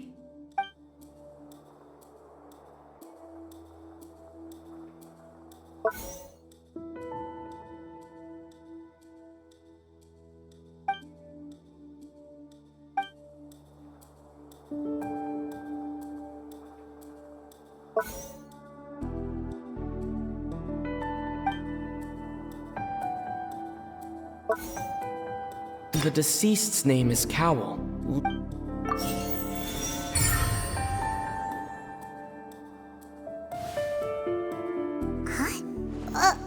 That can't be right. Are you serious? The killer was, in fact, Cowell, the deceased! Oh, is that so? How interesting! Let's hear your reasoning then. What I must do next is recreate the truth. What Cowell did, and how he went from would-be perpetrator to victim. No one entered or left the Opera House through its entrances. So where would the criminal have wanted to take Halsey? The deceased's name is Cowell. Halsey's clothing was in the tunnel, so there must have been some fear that she would attract attention. The sound we heard may have come from a clash between the missing Halsey and the criminal. Linny was not in the tunnel at that moment, which gave our criminal ample time. It would have been tough for both people to fit into that vent. They would likely have bumped into Linny as well. Linny was not in the tunnel at that moment, which The sound we heard may have come from a clash between the missing Halsey and the criminal. Halsey's clothing was in the tunnel, so there must have been some fear that she would attract attention. No one entered or left the opera.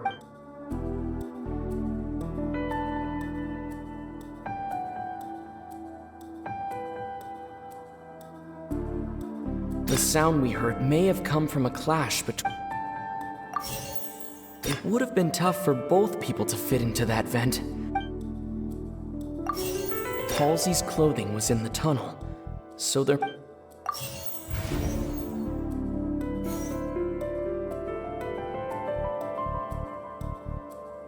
The deceased's name is Cowell, Linny's assistant.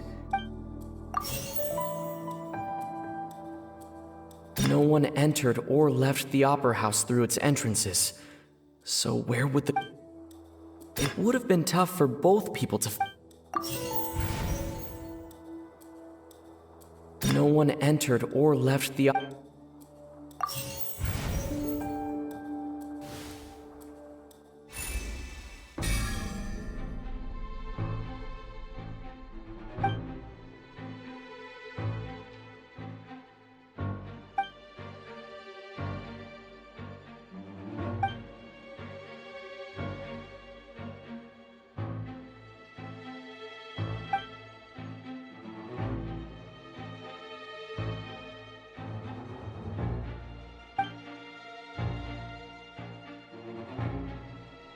What's wrong, Traveler?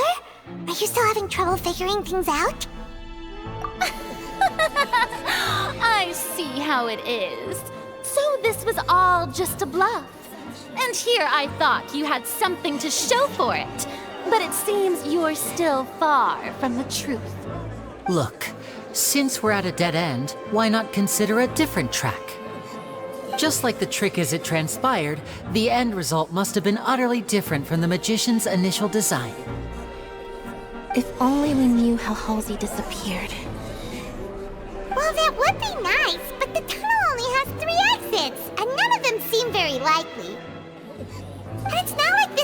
magic trick where you can just make a real live person disappear.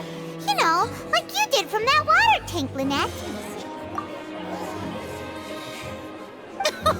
Excuse my interruption, dear opponents, but do you not see that the crowd is growing impatient? There is no greater sin in this opera house than an awkward delay in the performance.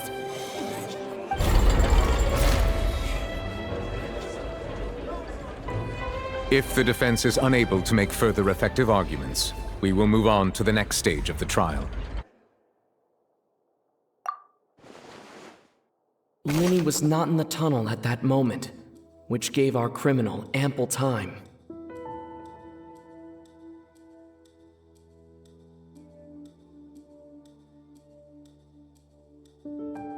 The sound we heard may have come from a clash between the missing Halsey and the criminal. The deceased's name is Cowell, Linny's assistant. He would have been able to tamper with the equipment. The vase was not broken by chance. It was used to cover important evidence, the water.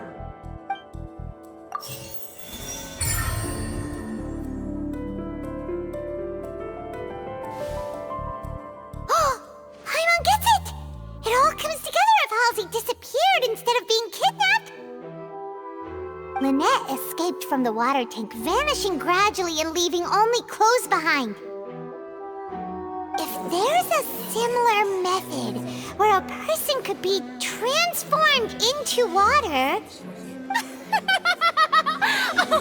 Just a moment, please. I do hope you know how preposterous you sound at the moment.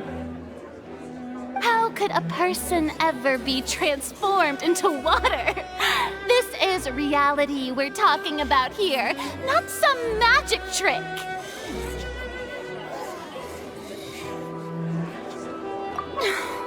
Must we really? I should think that of anyone. Your friend Linny already knows this truth very well. Magic tricks are ultimately just illusions and misdirection. But Halsey's disappearance is very real. We're talking about two completely different things. Even so, I trust the Traveler's judgment. The truth must be out there somewhere. Perhaps some new line of reasoning may open if we try to gather all the focal points that don't make sense. Since Cal was the deceased, we haven't placed much attention on him. But given that we aren't making much progress with the case, it wouldn't hurt to have a look at his belongings, would it?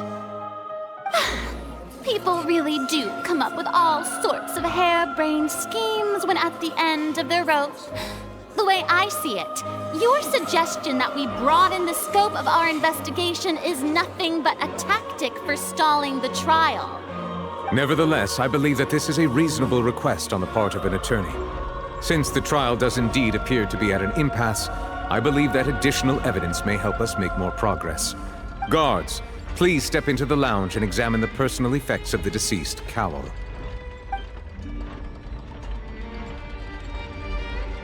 We are still examining the items, but we have already made critical progress that we feel must be shared with everyone post-haste. We discovered several test tubes of fluid within Cowell's baggage, each labeled separately. The notebook in his backpack claims that these fluids are water from the primordial sea. The primordial sea?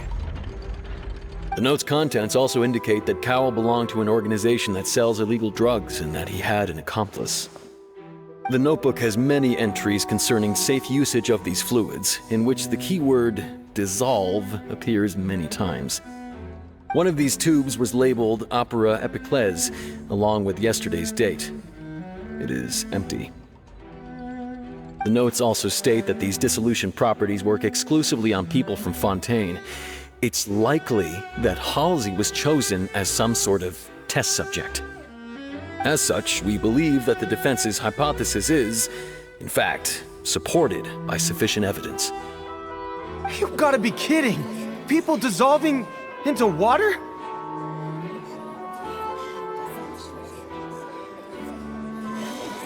Could something so ridiculous actually be true? Wait a moment. This reminds me of a certain prophecy, but it's just a coincidence, isn't it? Huh. If people can become water, does that mean that the water tank's real use was as a means to hide water stains? And if Cowl was targeting that girl... Wait just a minute. Could that mean... You two, with me, quick! Demoiselle, wait! What about your partners? Let's go. Just trust me. Order! Order!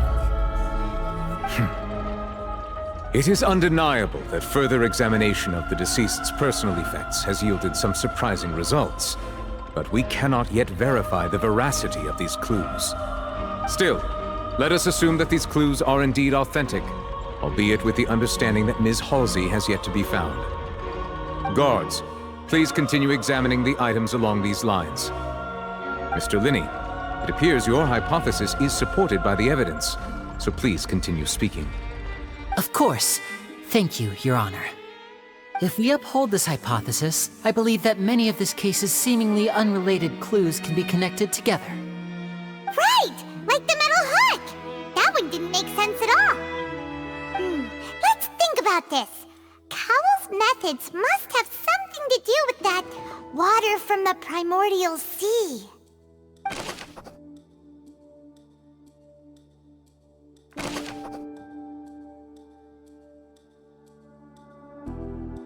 The rope that held the water tank up was lit by the firework.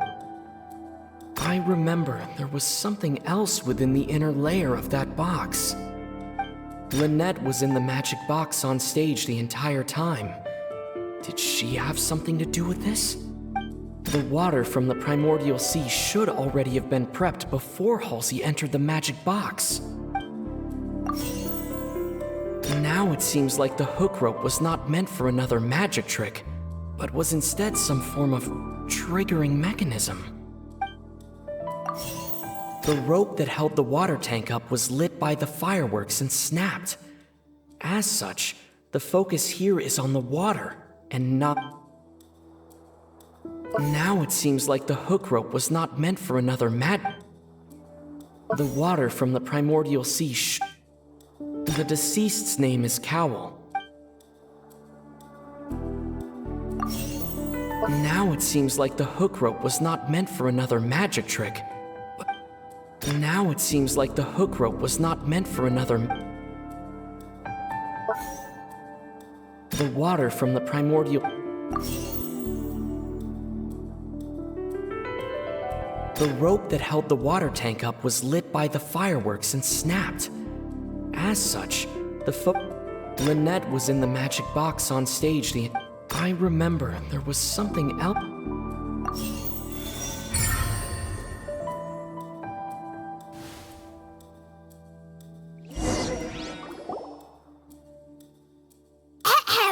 It's Ace Detective Paimon's time to shine again! In the original plan, Cowell would tamper with the water tank rope and the number selector securing his target. When the magic box containing Halsey was lowered, the metal hook would retract gradually and pierce the balloon at the top of the box.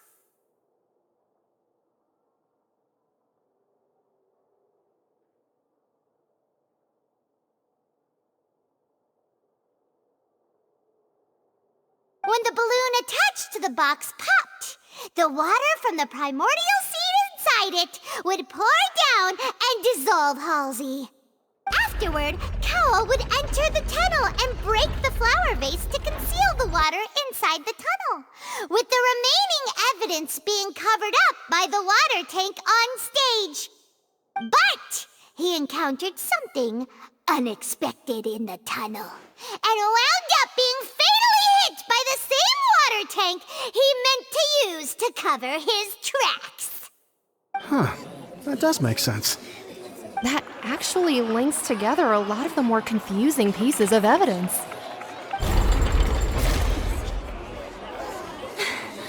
Oh dear, what do I do? Even I think they sound convincing now. Have I falsely accused an innocent person? What a humiliation. Now, It seems like the only point of contention remaining is the exact circumstances that led to Cal's death. His notes mentioned he had an accomplice who could be related to the situation. On that note, the guards have just contacted me indicating that they uncovered new evidence. I shall now invite him on stage to share it with us. Thank you, Your Honor. We were just inspecting the luggage of the other people involved in this case. And we found an identical sample of the water from the primordial sea among Linny's personal effects. What? That can't be. Oh, I see. Well, how wonderfully comedic to have your own counterattack only to come back and wound you.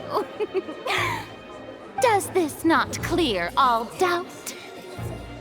My dear citizens, my loyal audience, allow me to present my reasoning and bring this performance to a swift close.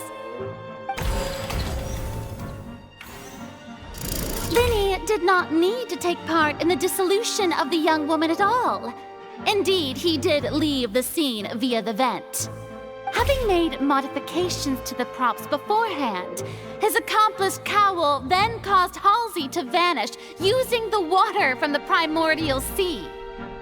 But upon his return, in cruel avarice, Linny desired sole credit and prepared to do away with his partner in crime. Ultimately, he knocked Cowell out, and the tool meant to cover the crime up also became a murder weapon. Now, as much as I regret having come to such a viciously straightforward conclusion, it does seem that the famed Fatui is quite the cold-blooded and ruthless organization. Am I right, Mr. Linny? We've used up all the evidence we collected. There's no way for us to make a rebuttal here. Is this the end of the road?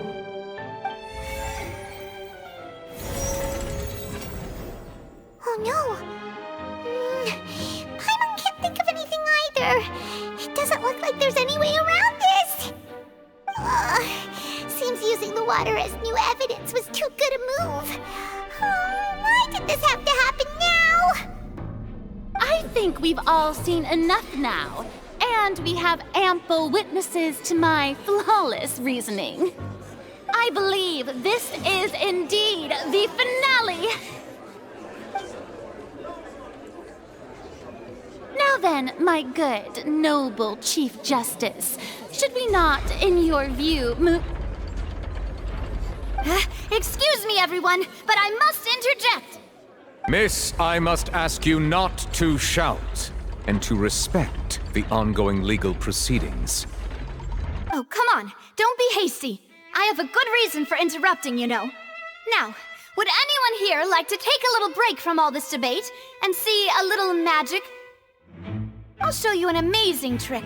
One that can bring a young woman who has disappeared back in the flesh, right before your very eyes. Please, do the honors, Mr. Linny, if you would be so kind. But what in the world is she saying? No offense, miss, but miracles like that are beyond my scope as a magician. Come on now, don't be silly. Magic is all about misdirection, isn't it? It often conceals the truth while presenting a fascinating illusion. But once everyone believes the illusion, can't magic reveal the truth to them once again? And wouldn't such a trick be the most marvelous finale to today's performance? Come on, Linny and Lynette.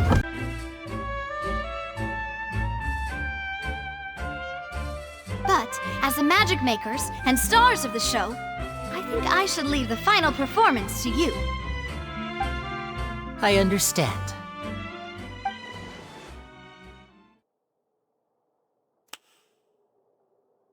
And voila!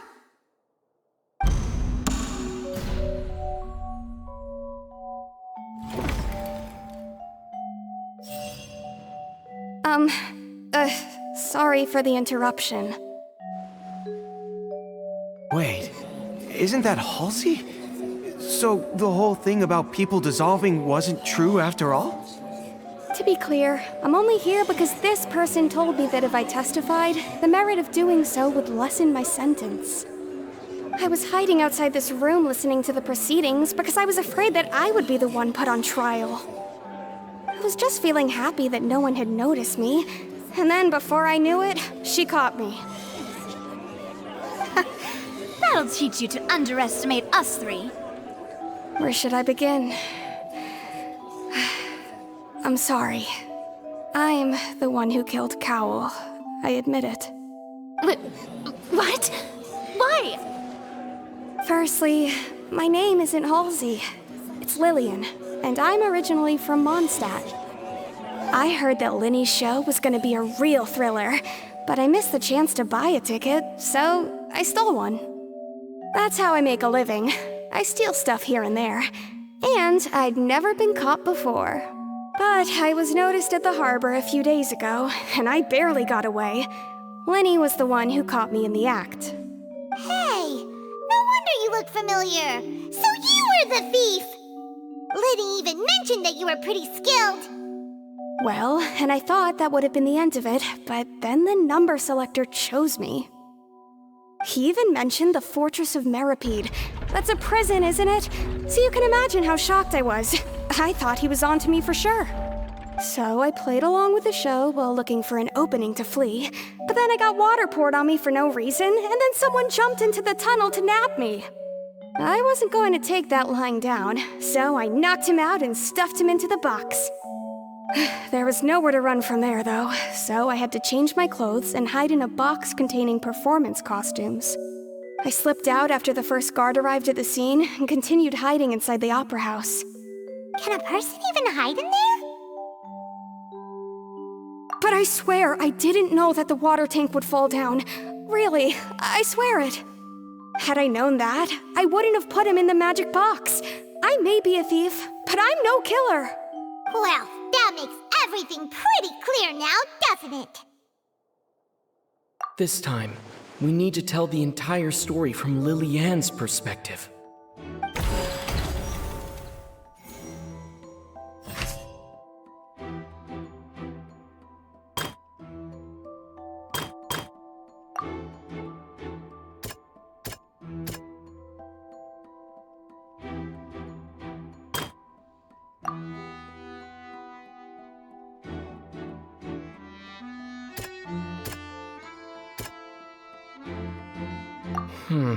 Seems this...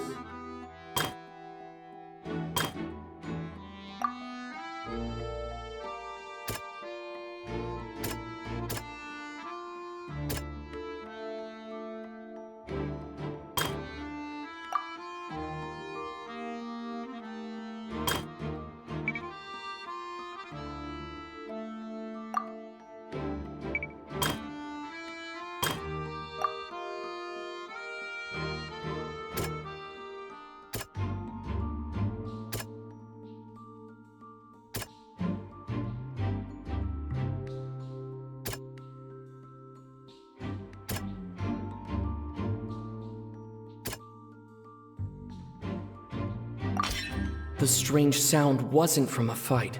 It was Lily-Ann's attempt to break out when she was frightened.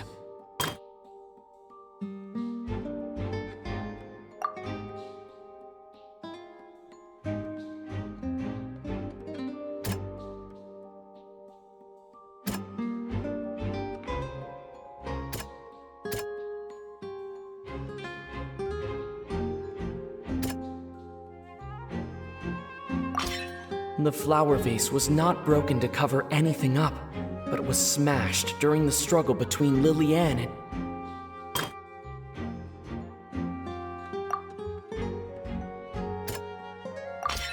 Lily-Ann was afraid that she would be recognized if she left, so she changed clothes and hid, biding her time. Just what one might expect of an experienced thief.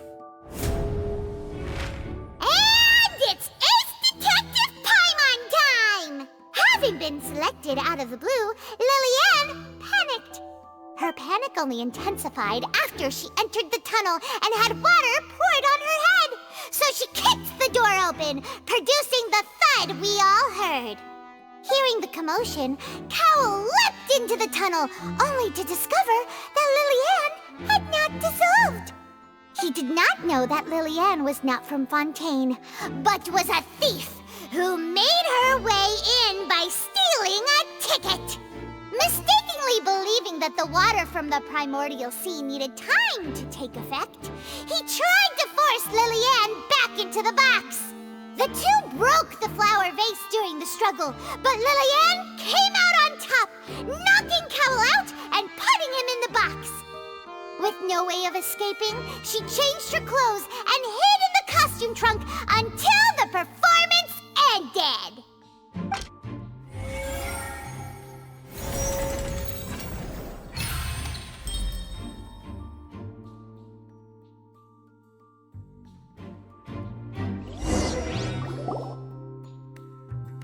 She knew that she would have to go through guard inspection if she tried to leave afterward, so she has been trapped in the Opera House these last 2 days. She had already become desperately hungry by the time we were chatting over macarons. So, she swiped 2 of them right under our noses. Talk about... At this point, all the events that happened in the tunnel have now come to light. Ah, so that's the whole story. Bravo! Bravo! Now then, Lady Farina, do you wish to speak against the defense's statements? Please answer the question, Lady Farina. Also, if I may add, the trial has not yet ended. As such, I request that the prosecution not leave the room before the proceedings have concluded. What, are you reading my mind now?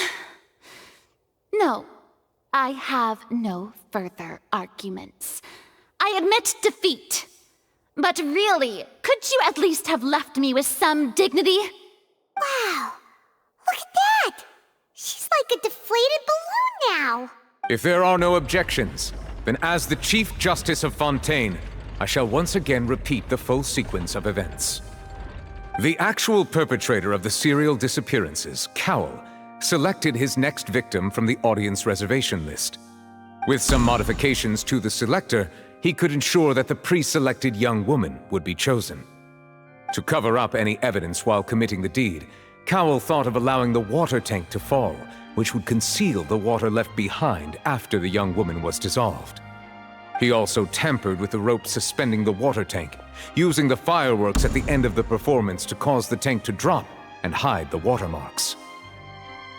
He poured the water from the primordial sea into a balloon during the preparation of the magic box and stuck it to the box's lid. Finally, he passed the prepared hook on a rope through the gap in the magic box's door when bringing the young woman to said box. When the magic trick officially began, the box containing the woman was lowered into the tunnel, tightening the hook rope and bursting the balloon containing the water. If all had gone to plan, the young woman would be dissolved at this time. However, Lillian was not from Fontaine, and thus fled the box with a loud noise. Realizing that there was trouble, Cowl entered the tunnel and met Lillian. Thinking that the waters had not yet taken effect, he decided to proceed. However, his opponent was more capable than he thought, and he was overcome, knocked unconscious, and placed into the magic box, and thus became his own final victim. Lillian, according to her own statements, then changed clothes and hid until the performance ended, before hiding in other parts of the opera house. As for Linny, he was in the underground structures within the opera house, and was thus ignorant of these happenings. From this reconstruction of events, we can conclude that Linny, the accused, is in fact innocent. While there is much in Linny and Lillian's conduct that should still be investigated separately, this case, at least, can be handed over to the Oratrice to make the final decision.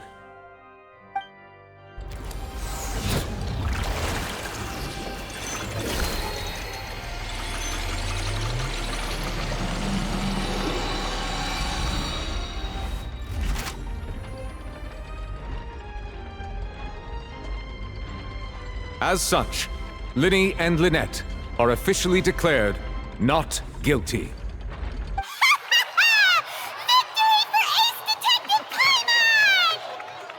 Great work, partners. Thank you all. Thank you so much. Next, I think we deserve an explanation, Guard Vaughn. How did you find the water from the primordial sea in Linny's baggage? Right! Your discovery caused me to make a serious mistake, you know. Or was that not a discovery, but false evidence that you dared to bring before this court? I suspect that the accomplice mentioned in Cowell's notes was not Linny, but you, yes?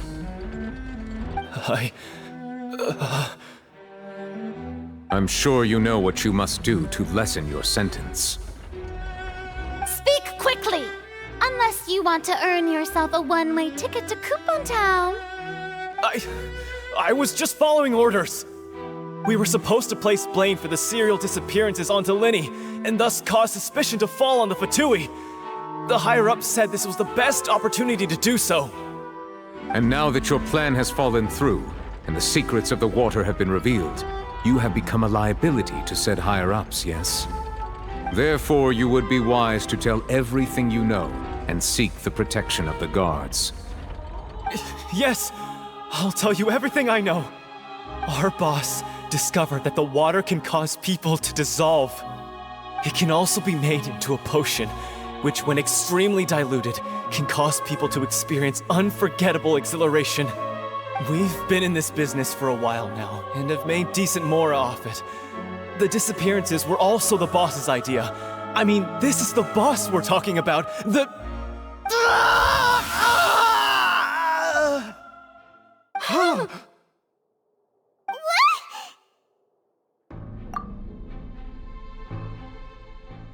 And now he can no longer talk.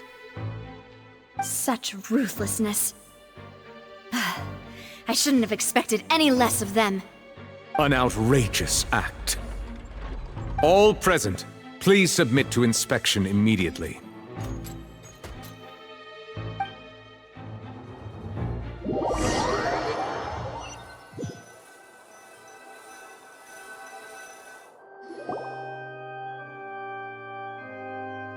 So, we're just going back now? That's true, but... Traveler, Paimon! Please wait. Linny... I know you may not want to speak to me right now. Maybe you don't even want to look at me. But still, let me thank you again for defending me to the end, even after you learned that I'm a member of the Fatui. I guess. But regardless, I'd like the opportunity to set things straight. I didn't approach you with any ulterior motives or ill intent. I've spoken to you as myself, just plain Linny this entire time. As for why I'm a Fatus, it's because the goals of the House of the Hearth align with those of an orphan like me. That's all. That was how Father, who you might know as the Knave, approached recruiting us back then too. The Knave? The one who controls the House of the Hearth? She's your father? That's right. And since we're here, I was wondering, would you mind hearing a story? It's about my past. Back when our parents first died, Lynette and I were left wandering the streets. To survive, I took to surreptitiously observing an older street performer who did magic. It took me several days to figure out how he pulled off his amazing tricks. I took my sister through several streets until we found a crowded corner, and we began to perform magic tricks there. To my surprise, we proved to be pretty popular, and we could at least stop worrying about where our next meal would come from for a time. But I didn't want my sister to remain a street rat together with me forever. Before long, an aristocrat came to me and claimed that he wished to take us in after watching my performances. So you went from orphans to nobility just like that? That was how we felt at first too. As if fate was on our side and we could say goodbye to those painful days. But I gradually discovered that while we were called foster children, he was really after my talent for magic tricks. He would constantly take me to all sorts of banquets to garner attention, which he would then use to expand his social circles. That doesn't seem too bad either. Better than roaming the streets at any rate. It took a while for me to realize just how dark his heart really was.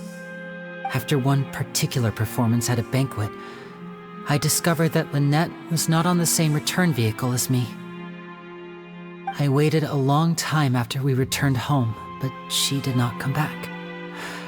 I went to that noble's bedroom and asked him about her whereabouts. The answer he gave me was, she caught the eye of the most eminent person at the banquet, so I sent her over as a gift. I mean, you'll be able to perform your magic regardless of who your assistant is, yes? Oh no. So he was gonna... But wouldn't Fontaine's laws deal with such people? As far as outsiders are concerned, this is a relationship akin to adoption or foster care, and they have their ways of escaping the eye of the law. I managed to ferret out the location of the mansion of that so-called eminent person and hurried through the night. But by the time I leaped over the walls, avoided the guards, and made my way in, all I saw was the moonlit ground covered in blood, and the knave standing there in the darkness. So, she'd already taken care of that guy. That's right. She had rescued my sister before she could come to any harm, and had even discovered several girls hidden in a basement, all of them orphans. The knave, might have seen something in me, and so she made me an offer. The House of the Hearth welcomes you, for your interests align with ours. Here, none will ever betray you. Indeed, betrayal shall never be permitted here. I was hesitant to trust her. I had just been betrayed by nobles. But she was also quick to destroy the noble who had taken us in at first, giving us back our freedom. Oh, so that's how the two of you joined the House of the Hearth. She has her own plans. She has gained permission from the Tsaritsa to first use the Gnosis' power once she obtains it. She plans to use it to find a way to break the prophecy and save Fontaine. So, she believes in that prophecy too? That's right. The whole House of the Hearth is currently working to combat that crisis. Today's case has also proven that people from Fontaine can indeed dissolve into some sort of water, thus further supporting the prophecy. All of us house members here, Lady Arlecchino herself included, are from Fontaine. We won't give up on defending our homeland. To us orphans, the only connection we have left to this world, apart from our family, is our homeland. So, from small deeds like distributing magic pockets to huge schemes like stealing a Gnosis, everything is aimed at dealing with that prophecy. It's all right. I understand.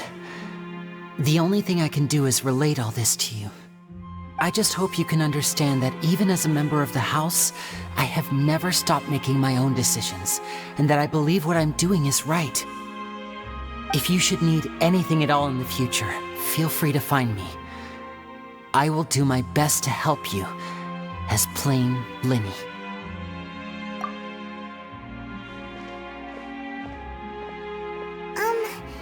Bye, Linny!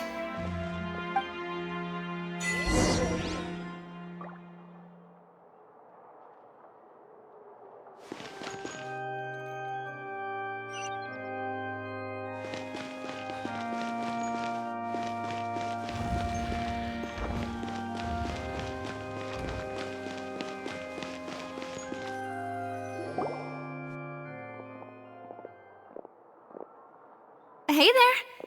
What was with the disappearing act you pulled right as the trial ended? Were you looking for us, Navia? Well, this whole thing isn't exactly over, is it? I do feel that we're getting closer to solving the serial disappearances case, though. Don't you think so, too? Huh? What's wrong, my dear partner?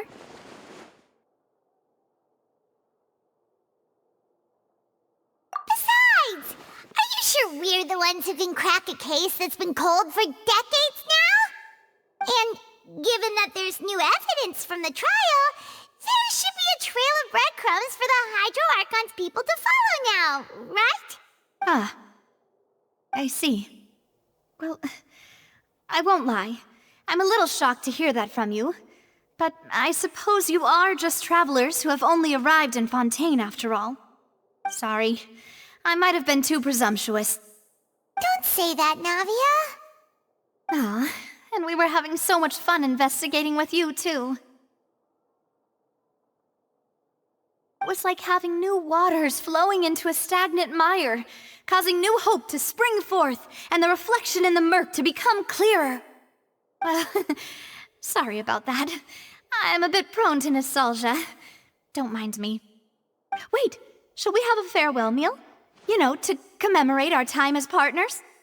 Huh? Do we really need to get that formal?